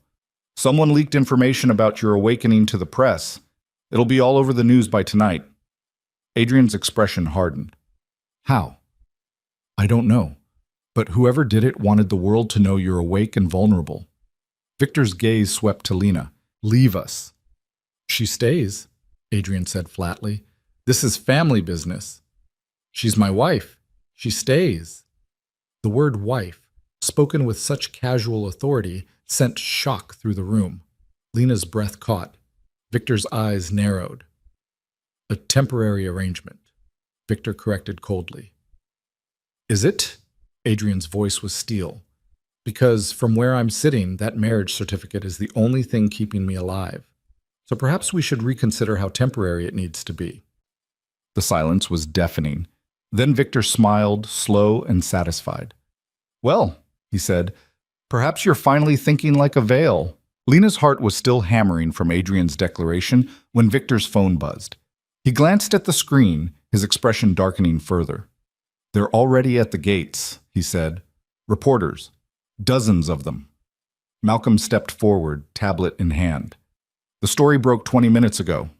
Crime heir Adrian Vale awakens after 5 years. They're calling it a miracle. Speculation is already running wild about the circumstances of the shooting. "Let me guess," Adrian said, his voice tight. "My loving cousins are expressing their joy at my recovery." "Veronica gave a statement 10 minutes ago," Malcolm confirmed. "She said the family is thrilled and looking forward to Adrian resuming his rightful place in the organization." "Which means she's terrified," Adrian observed. "Good."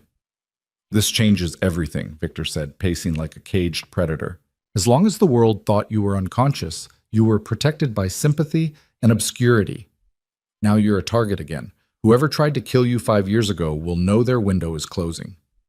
"Then we move faster." Adrian wheeled himself closer to his father. "You've had 5 years to investigate. Tell me what you've found." Victor exchanged a glance with Malcolm. "We've narrowed it down to 3 possibilities. Marcus had the most to gain from your death. With you gone, he was next in line for control. Veronica had access to your schedule that day. And," he paused, jaw clenching, "your business partner, James Keller, disappeared 2 weeks after the shooting. We never found him." "James?" Adrian's voice carried genuine shock. "That's impossible. We were friends since college." "Friends betray each other for the right price," Victor said coldly. "Or the right threat. We don't know which it was." "Have you found him?" "No, he's either dead or very good at hiding." Victor stopped pacing, fixing his son with an intense stare. "Which is why we need to flush out whoever's behind this, and the leak to the press gives us an opportunity." "What kind of opportunity?" Lena asked, though dread pooled in her stomach. Victor's smile was predatory. "We use Adrian's recovery to draw them out, make them desperate enough to make a mistake." "You want to use him as bait," Lena said flatly. "I want to end this." Victor's gaze shifted to her. "Which is why you're more important now than ever, Mrs. Vale. The world needs to believe this marriage is real, that Adrian has someone he trusts absolutely, someone who'll be with him every moment, making it harder for enemies to strike." "We're going public with the marriage?" Adrian asked. "We're going to make it look like a love story," Victor said. "The devoted nurse who cared for you through your coma. The woman you married before the attack." "That's a lie," Lena interrupted. "The marriage was 3 months ago." "The legal paperwork says otherwise," Malcolm interjected smoothly. "We backdated everything to make the marriage appear legitimate. As far as public record shows, you and Adrian married 6 years ago, shortly before the attack." Lena felt like the ground was shifting beneath her. "You falsified documents?" "We protected Adrian's interests," Victor corrected. "And now that protection extends to you. As of this moment, you're not just his nurse. You're his wife in every public way, which means you don't leave his side. You don't speak to press without approval, and you play the part convincingly." And if I refuse? Lena's voice was steady despite her racing heart. Then whoever leaked this information will know the marriage is a sham. They'll know Adrian is vulnerable, and they'll strike before we can identify them. Victor's expression was granite. Your choice, Mrs. Vale. Play the devoted wife or paint a target on both your backs. Lena looked at Adrian, trying to read his expression. He sat rigid in his wheelchair, his gray eyes locked on hers with an intensity that made her breath catch. It's not fair to ask this of you, he said quietly. I know you didn't sign up for any of this. I signed up to protect you, Lena replied. If this is what that takes, then fine. But I won't lie to the press without knowing the full truth. Who do you really think tried to kill you? Adrian was silent for a long moment. Then he turned to his father. Leave us, both of you. Adrian, Victor began. I said leave. There was command in Adrian's voice that Lena had never heard before, the voice of someone born to lead, to be obeyed. I'll discuss this with my wife, privately. Victor's jaw clenched, but after a moment he nodded. You have 1 hour. Then we need decisions. The door closed behind them, leaving Lena and Adrian alone in the sudden quiet. You didn't have to do that, Lena said. Yes, I did. Adrian rubbed his face, exhaustion evident in every line of his body. Because my father is right about one thing. Whoever did this will come for me again, and I won't let you walk into danger blind. He wheeled to his bedside table and pulled out a locked drawer. His hands shook slightly as he entered the combination. Muscle memory from before the attack, Lena realized. Inside was a slim folder. I've been piecing together my memories, Adrian said, opening the folder to reveal notes in shaky handwriting. Not of the attack itself, but of the weeks before. The meetings, the deals, the tensions. Lena pulled up a chair. What did you remember? That I was planning to leave. The admission came quietly. I was going to walk away from the family business, from all of it. Why? Because I finally saw it clearly. What we do. What we are. Adrian's expression was haunted. We call it business, but it's exploitation dressed in expensive suits. Money laundering, extortion, worse things I don't even want to name. And I was part of it. I told myself I could change it from the inside, make it better, more legitimate. But that was a lie I told myself to sleep at night. So you decided to leave, Lena said softly. I told 3 people. My father, who was furious, but said he'd accept my decision eventually. My partner James, who I thought would support me. And he paused, pain flickering across his face. My girlfriend at the time, Elena Cortez. Lena's stomach twisted. She'd known intellectually that Adrian had a life before the attack, but hearing about a girlfriend made it visceral. What happened to her? She left 2 months after the shooting, sent a letter saying she couldn't watch me die slowly. My father showed it to me yesterday. Adrian's voice was hollow. I don't blame her. 5 years is a long time to mourn someone who won't die or wake up. Do you think she was involved in the attack? Elena? Adrian shook his head. No, she loved me, I'm sure of that. But James? His hands clenched on the folder. James stood to lose everything if I left. We were partners. Our business was built on my family name and his connections. Without me, he had nothing. So you think he set you up? I think he's the most likely candidate, but I can't prove it. And without proof, accusing him is just paranoia. Adrian looked at her directly, which is why my father's plan, as manipulative as it is, might be our best option. If we convince the world our marriage is real, if we make me look protected and strong, it might force whoever's responsible to make a move. Or it might just paint a bigger target on both of us. Yes. Adrian didn't look away. Which is why I'm asking, not telling. You've already given up so much for this. I won't ask you to risk your life too. Lena thought about the past 3 months. The isolation, the fear, the slow transformation from nurse to guardian to something she still couldn't name. She thought about Adrian fighting his way back to consciousness, about his finger twitches spelling out warnings, about the way his hand felt in hers. I told you I'd stay as long as you needed me, she said finally. That hasn't changed. Relief flooded Adrian's expression. Thank you. But I have conditions. His eyebrows rose. Such as? No more secrets. If we're doing this, if we're pretending to be a real couple, I need to know everything, your history, your enemies, your plans, all of it. Agreed. And when this is over, when we've identified whoever tried to kill you, we dissolve the marriage. Clean break, no strings. The words hurt to say, but they needed to be said. Something flickered in Adrian's eyes, disappointment maybe, or relief. If that's what you want, that's what we agreed to. That's what this has always been. Right. Adrian's voice was carefully neutral. A business arrangement. The words hung between them, heavy with things unsaid. Lena wanted to take them back, wanted to tell him that somewhere along the way, this had stopped being business for her. But what good would that do? He was planning for their divorce before they'd even pretended to be married.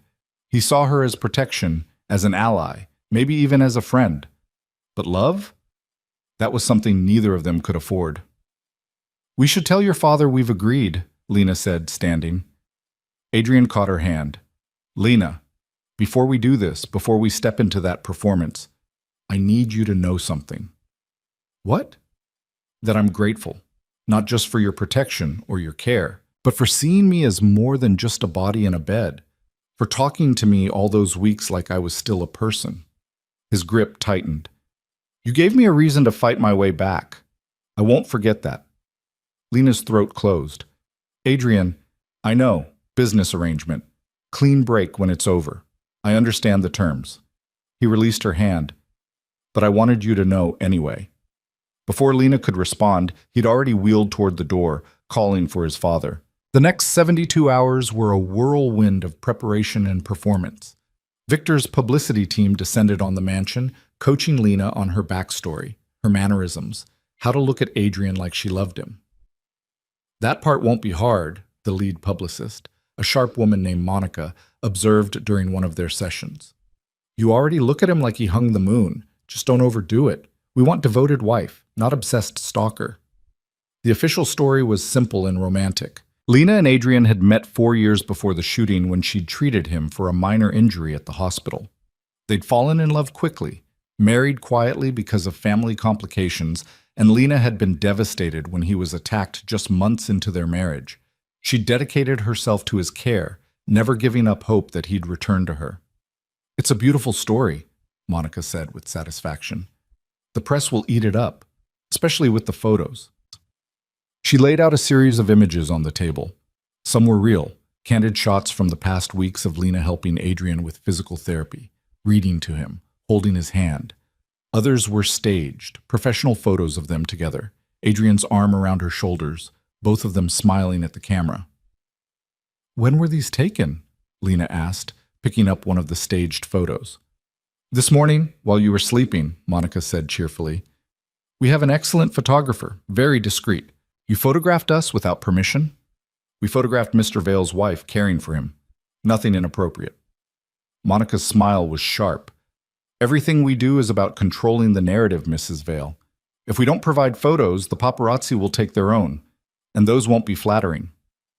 Lena looked at Adrian, who'd been silent through most of the session. He sat in his wheelchair, his expression carefully neutral, but she could see the tension in his shoulders.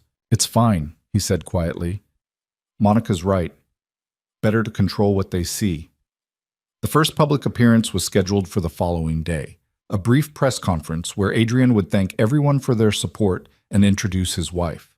Victor had wanted something more elaborate, but Dr. Reeves had put his foot down. Mr. Vale is still recovering, 10 minutes maximum, seated the entire time with medical staff on standby. The doctor's tone brooked no argument.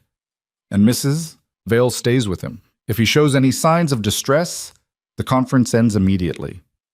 Understood, Victor said, though his expression suggested he found the restrictions irritating. That night, alone in Adrian's room after another grueling physical therapy session, Lena helped him back into bed. His strength was improving daily, but he was still weak, still vulnerable. The thought of parading him in front of cameras and reporters made her stomach churn.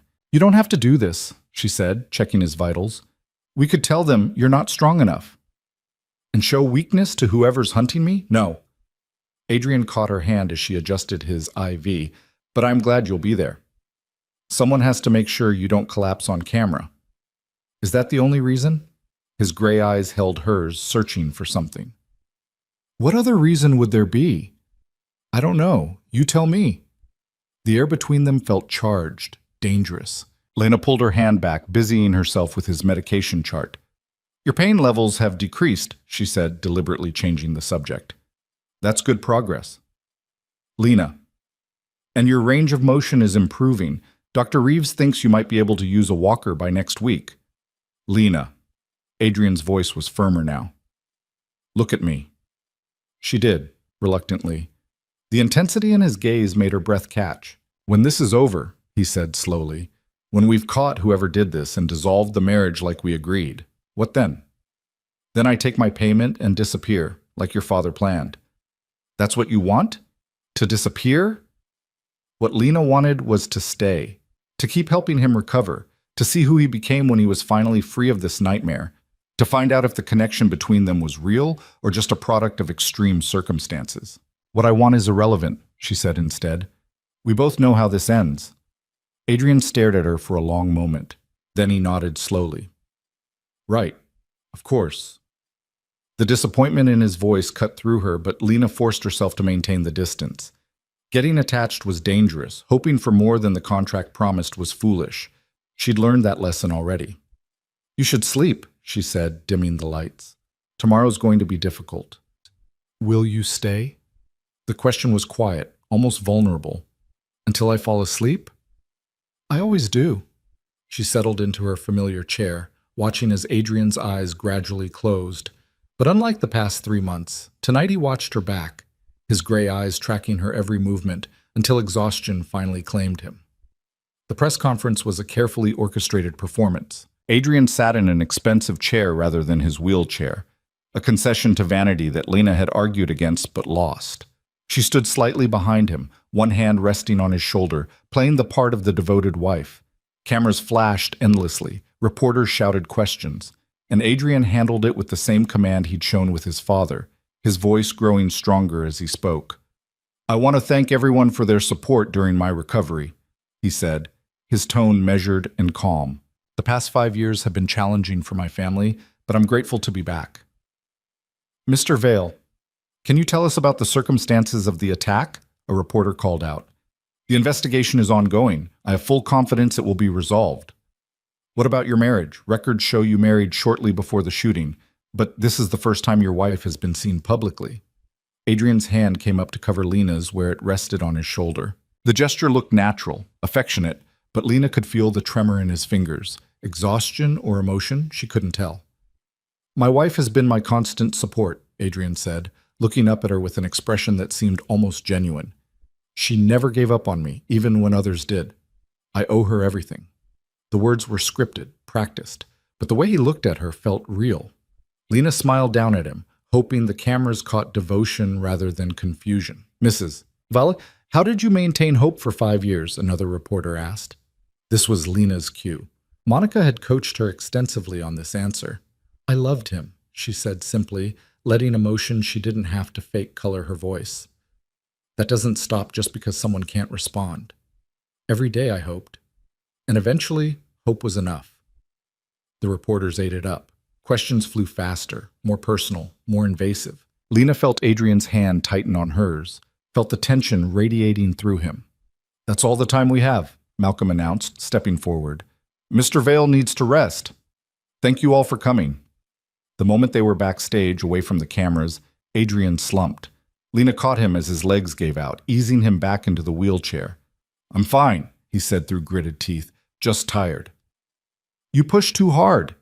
Lena checked his pulse, elevated, but not dangerously so. You're going straight to bed. In a moment, first, he looked up at her, vulnerability stark in his gray eyes. How did I do? Was it convincing? Very, Lena said softly. They believed every word. And you? Did you believe it? The question hung between them, weighted with meaning Lena wasn't sure she understood. Before she could answer, Victor appeared with Monica in tow. Excellent work, Victor said with satisfaction. The footage is already going viral. Devoted wife nurses crime heir back to life. It's perfect. Glad our pain is good publicity, Adrian said dryly. Your pain is leverage, Victor corrected, which we're going to use. Malcolm has already started reaching out to known enemies, letting them know you're recovering rapidly, that you're remembering more each day. But I'm not remembering, Adrian protested. They don't know that, and the uncertainty will make them nervous. Nervous people make mistakes. Victor's smile was predatory. Now we wait for someone to make a move. They didn't have to wait long. 2 days after the press conference, Malcolm burst into Adrian's room at 3 in the morning. Lena, dozing in her chair, jerked awake as the lights blazed on. "We have a problem," Malcolm said urgently. Adrian sat up in bed, instantly alert despite the early hour. "What happened?" "James Keller resurfaced. He called the house 20 minutes ago, asking to speak with you." The temperature in the room seemed to drop. Adrian's expression went perfectly still, the way Lena had learned meant he was thinking fast and furious. "Where is he?" Adrian asked. "He wouldn't say, but he wants to meet. Tomorrow. Alone." "Absolutely not," Lena said immediately. "It's obviously a trap." "Probably," Adrian agreed, "but it's also an opportunity. If James is involved, meeting him might give us answers." "Or get you killed," Lena shot back. "You can barely walk. How are you supposed to defend yourself?" "I'll have security." "He said alone," Malcolm interrupted. "He was very specific. You and him, no one else, or the meeting doesn't happen." "Then the meeting doesn't happen," Lena said firmly. "This is insane. This is necessary." Adrian swung his legs out of bed, gripping the rail as he stood on shaking legs. "James was my best friend. If he's involved, I need to know why. I need to hear it from him. And if he shoots you again? Then we'll finally know for sure he was behind it." Adrian's voice was grim. "Either way, we get answers." "No." Lena moved between Adrian and Malcolm, her hands clenched. "I won't let you walk into an ambush. Not when you're still recovering. Not when—" She stopped, throat closing on words she couldn't say. Adrian's expression softened. He reached out, cupping her face in his hand, a gesture so gentle it made Lena's heart ache. "I know you're scared," he said quietly. "I'm scared too. But I've been running from this for 5 years. Even if I don't remember the attack, I remember the fear of always looking over my shoulder. I won't live like that anymore." "Then let me come with you," Lena pleaded. "I'm your wife. That's what the world believes. Let me be there. James will know you're new. He'll know it's a setup. So tell him the truth. Tell him your father forced you into the marriage for protection. Tell him you don't trust me." The words hurt to say, but desperation overrode pride. "Just don't go alone." Adrian searched her face for a long moment. Then he looked at Malcolm. "Set up the meeting. Lena comes with me. James can like it or not." Malcolm looked like he wanted to argue, but after a moment, he nodded. "I'll make the arrangements." When he left, Lena helped Adrian back into bed, her hands shaking with residual fear and adrenaline. "You're angry with me," Adrian observed. "I'm terrified for you. There's a difference." "Is there?" His hand found hers, interlacing their fingers. "Lena, if something happens tomorrow, nothing's going to happen. But if it does, I need you to know something." Adrian's voice was serious, his gray eyes locked on hers. "These past weeks, getting to know you, trusting you, it's been the only real thing in my life. Everything else is performance and manipulation and strategy. But you—" He paused, seeming to struggle for words. "You're real, and I'm grateful for that." Lena's heart hammered.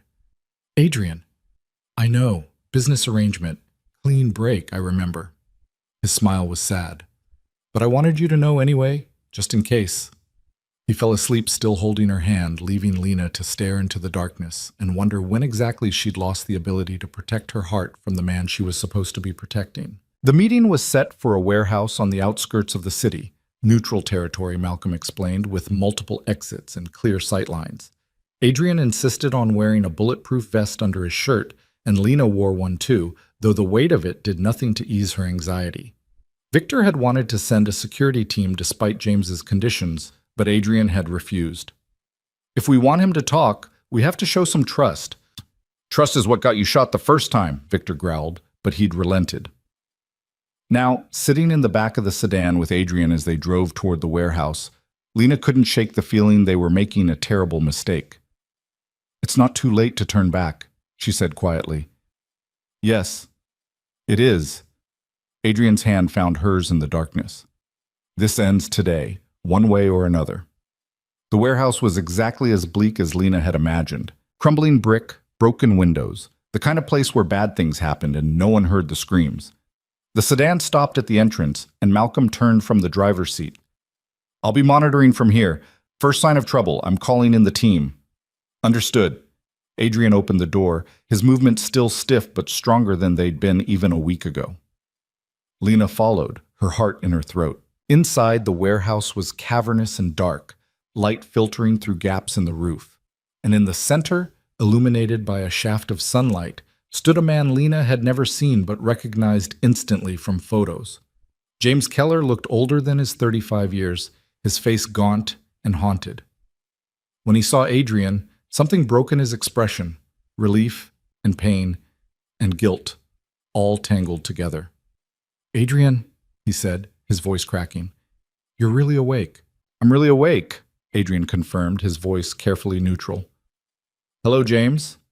For a moment, neither man moved, then James laughed, the sound brittle and wrong. "I thought I'd killed you," he said. "I've spent 5 years thinking I'd killed my best friend." The confession hung in the air like smoke. Lena's hand went to the gun Malcolm had given her. Insurance, he'd called it. But Adrian stepped forward, his expression unreadable. "Tell me why," he said quietly. "Tell me why you did it." And James Keller, the man who'd shot Adrian Vale 3 times and left him for dead, began to cry. The sound of James Keller weeping in the empty warehouse was somehow worse than any confession. Lena's hand stayed on the gun, but she didn't draw it.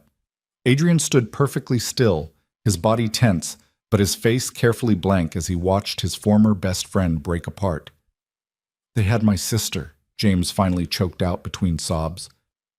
"They took Emma, and they said if I didn't do it, they'd kill her. They'd make me watch." "Who?" Adrian's voice was quiet, deadly calm. "Who had Emma?" "Your cousins, Marcus and Veronica." James wiped his face with shaking hands. "They came to me 6 months before the attack, said they knew about your plans to leave, said they couldn't let that happen. The family business would collapse without you, and they'd lose everything. So they decided to kill me instead. They said it would be quick, painless, that you wouldn't suffer." James laughed bitterly. "They lied about that too. I shot you 3 times and you still wouldn't die. You just kept looking at me with those eyes, like you couldn't believe I'd—" His voice broke again. "I'm sorry. I'm so sorry." Adrian swayed slightly, and Lena immediately moved to his side, supporting his weight. She could feel the tremor running through him, could see the careful control fracturing. "Where's Emma now?" Adrian asked, his voice rough. "Dead." The word was flat, emotionless. "They killed her anyway, 2 weeks after the shooting. Made it look like a car accident. I've been running ever since, trying to find proof, trying to find a way to make them pay without getting myself killed, too. And the meeting today? When I heard you were awake, I thought—" James finally looked directly at Adrian, his eyes red and hollow. "I thought maybe you'd remember. Maybe you could testify against them. Maybe Emma's death wouldn't be for nothing." "I don't remember the attack," Adrian said. "My memory of that day is gone." James's face crumpled. "Then it was all for nothing. Emma died for nothing. I destroyed my best friend for nothing." "Not nothing." Adrian's voice hardened. "You just gave me everything I need to destroy them."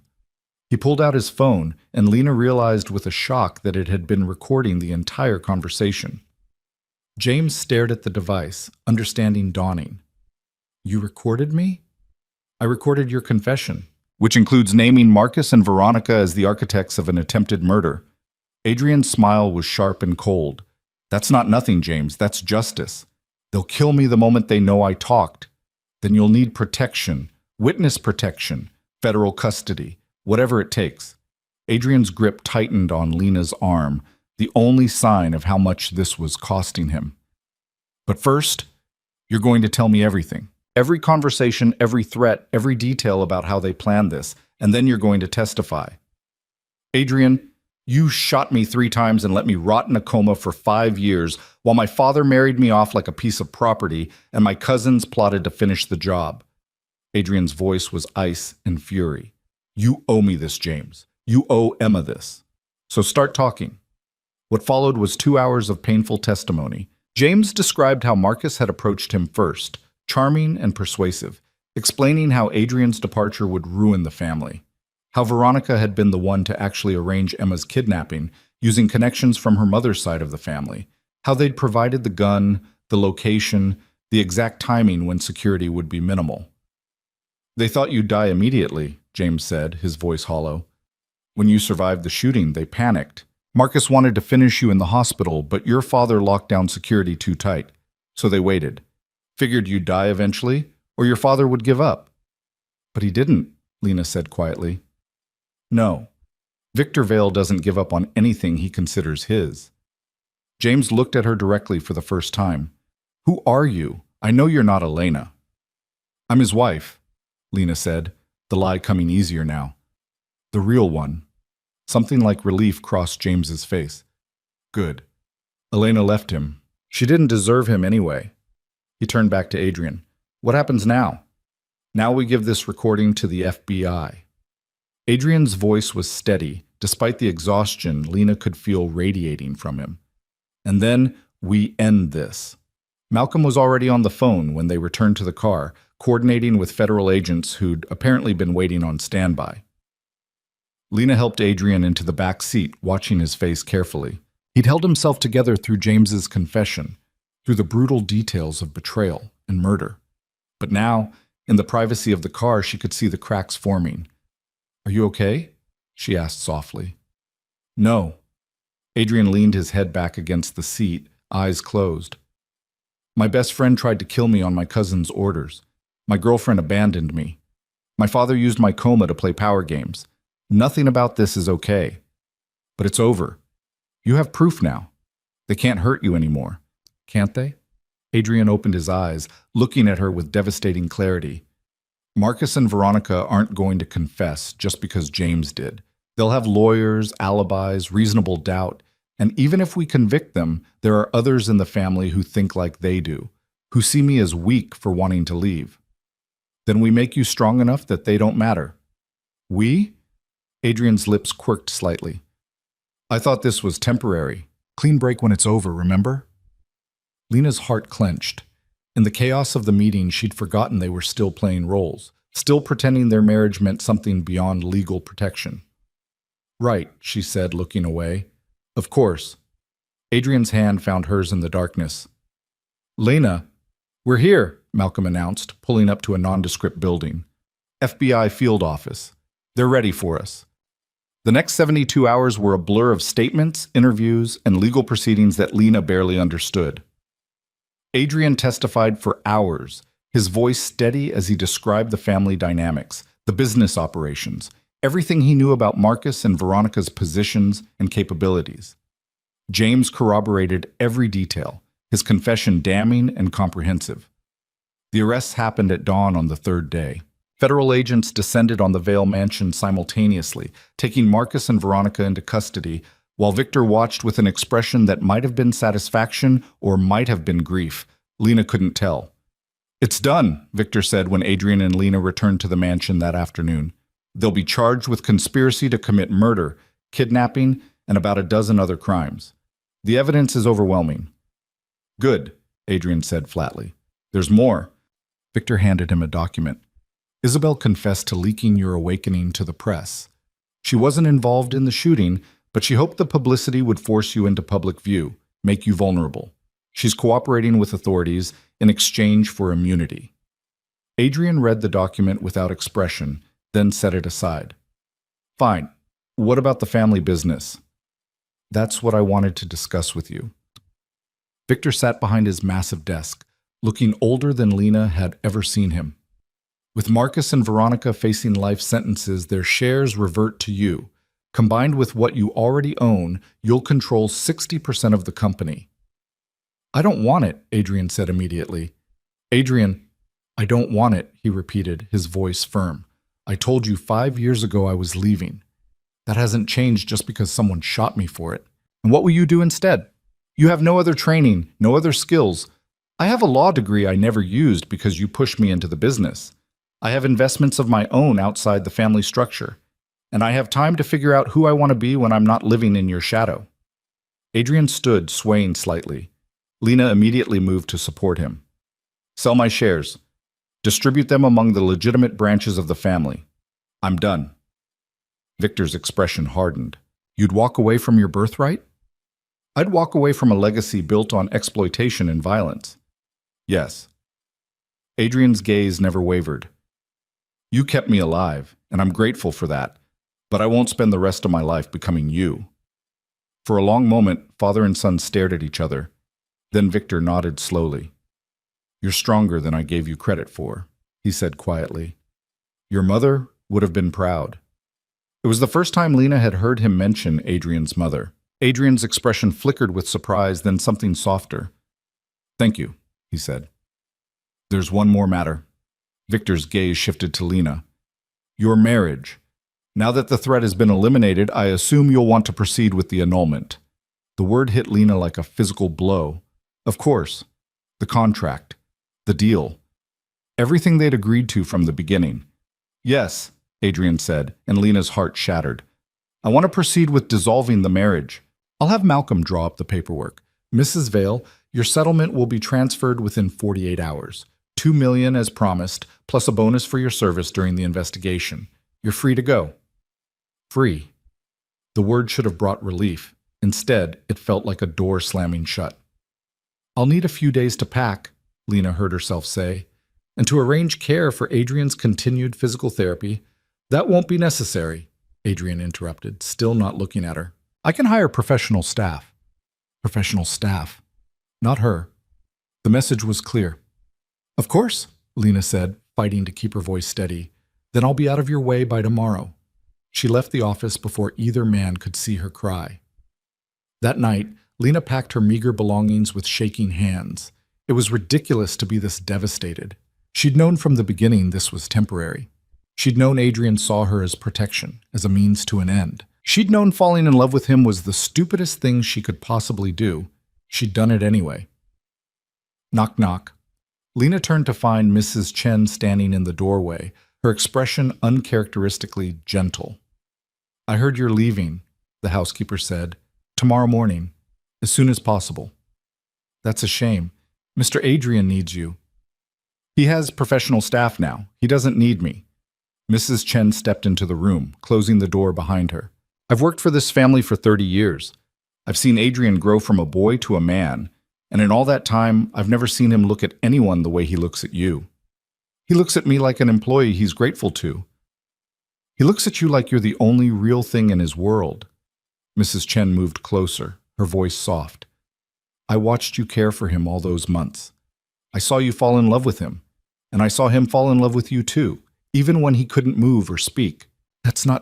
We're not... Lena's voice broke. It was never real, wasn't it? Mrs. Chen touched her shoulder gently. Maybe it started as a business arrangement, but what I saw in that room wasn't business. It was two people saving each other. Then why did he agree to end it so easily? Because he's terrified. Because everyone he's ever trusted has either betrayed him or left him. Because letting you go feels safer than risking you choosing to leave later. Mrs. Chen smiled sadly. But that doesn't mean it's what he wants. What am I supposed to do? Beg him to love me? No. But you could tell him the truth, that you love him, that you want to stay, and then let him choose. After Mrs. Chen left, Lena sat on the bed she'd barely slept in, staring at the connecting door to Adrian's room, the door she'd passed through hundreds of times. The threshold between duty and devotion, between caretaker and something infinitely more complicated. She could leave tomorrow, take the money, start over somewhere new, forget Adrian Vale and the impossible situation that had brought them together. Or she could fight for what they'd built in those quiet hours when the rest of the world thought he was unreachable. Before she could lose her nerve, Lena opened the connecting door. Adrian sat in his wheelchair by the window, staring out at the grounds. He didn't turn when she entered, but his shoulders tensed. I thought you'd be packing, he said quietly. I am packed. That was fast. I don't have much. Lena moved closer, her heart hammering. Adrian, we need to talk. About what? The settlement is more than fair. Malcolm will handle all the paperwork. You don't need to I don't want the money. That made him turn. His gray eyes were shadowed, his expression carefully guarded. What? I don't want the settlement. I don't want the annulment. I don't want to leave. The words came out in a rush, terrifying and liberating. I want to stay. Adrian stared at her. Lena, you don't know what you're saying. I know exactly what I'm saying. I love you. Her voice shook but held firm. I fell in love with you somewhere between the second week and the second month. I don't even know when exactly. I fell in love with your stubbornness and your brilliance and the way you fought to come back. And I know this wasn't part of the deal. I know you see me as protection or obligation or whatever, but I can't leave without telling you the truth. The truth. Adrian's voice was rough. You want the truth, Lena? Yes. He wheeled closer, his eyes locked on hers with devastating intensity. The truth is I've been awake and aware for longer than I told you. Not weeks, months. I woke up during one of your first nights caring for me, and I couldn't move, couldn't speak, couldn't do anything except listen to you read poetry and talk about philosophy like I was still a person worth knowing. Lena's breath caught. Months? Months of falling in love with your voice, with your kindness, with the way you protected me when you had every reason to resent me. Adrian reached out, taking her hands in his. Months of being terrified that when I finally woke up, you'd see the real me and realize I wasn't worth it. Adrian, let me finish. His grip tightened. When my father told me about the annulment, I agreed immediately because I thought that's what you wanted. Freedom. Your life back. Everything you sacrificed to save your father. I thought setting you free was the right thing to do. The noble thing. And now? Now I'm realizing that nobility is just cowardice dressed up in better clothes. Adrian's voice dropped to barely a whisper. Now I'm realizing I don't want to be noble. I want to be selfish. I want to ask you to stay not because I need protection or a nurse or someone to maintain appearances, but because I love you and the thought of waking up tomorrow without you beside me is unbearable. Tears streamed down Lena's face. You love me? I love you. Adrian pulled her closer, his forehead resting against hers. I love you so much it terrifies me. Because everyone I've ever loved has either betrayed me or left. And I don't know if I could survive you doing either. Then it's a good thing I'm not planning to. Lena cupped his face in her hands. I'm staying, Adrian. Not because of a contract or obligation, but because I choose you. Every day, for as long as you'll have me, I choose you. Adrian kissed her then, fierce and desperate and achingly tender. His hands threaded through her hair, pulling her closer as if he could somehow merge them into one person.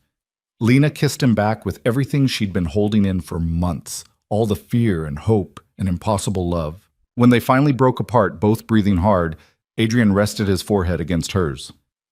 Marry me, he said. Lena laughed, the sound watery with tears. We're already married. That was a business arrangement. I want the real thing. I want vows we both choose.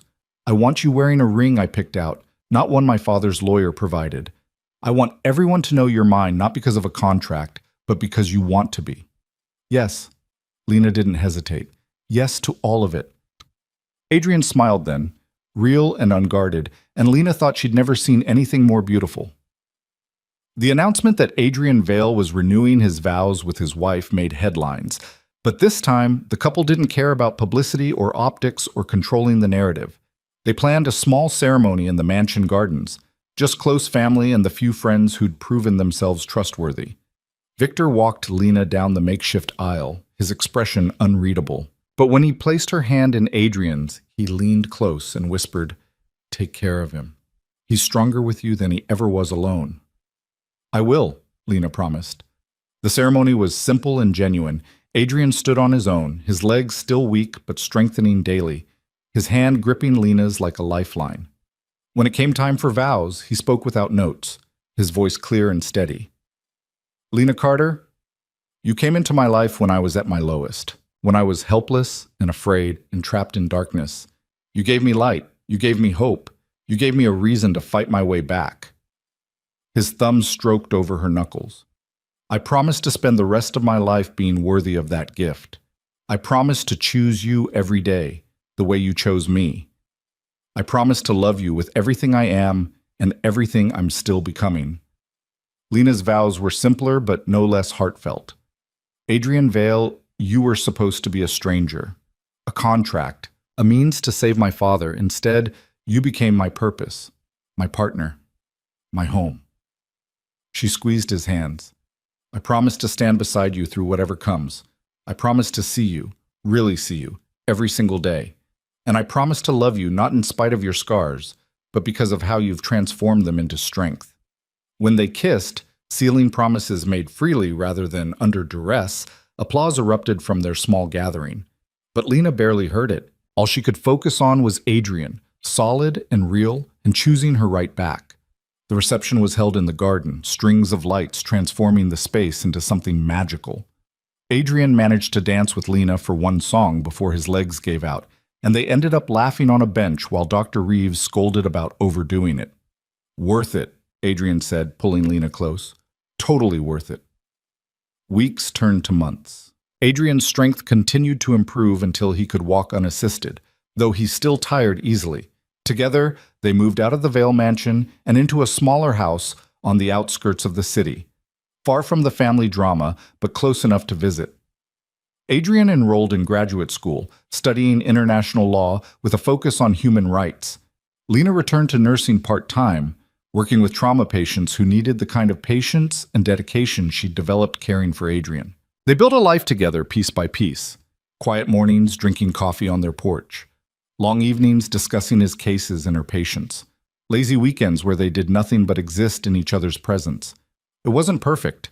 Adrian still had nightmares about the shooting, about betrayal, about losing everything again. Lena still struggled with anxiety about his health, about the future, about whether she deserved this happiness. But they worked through it together. That was the difference between their forced beginning and their chosen continuation. They were partners now, equals, facing life as a team rather than as keeper and kept. Marcus and Veronica were convicted and sentenced to life in prison without parole. The trials were brutal, but Adrian testified with calm precision, his words damning and final.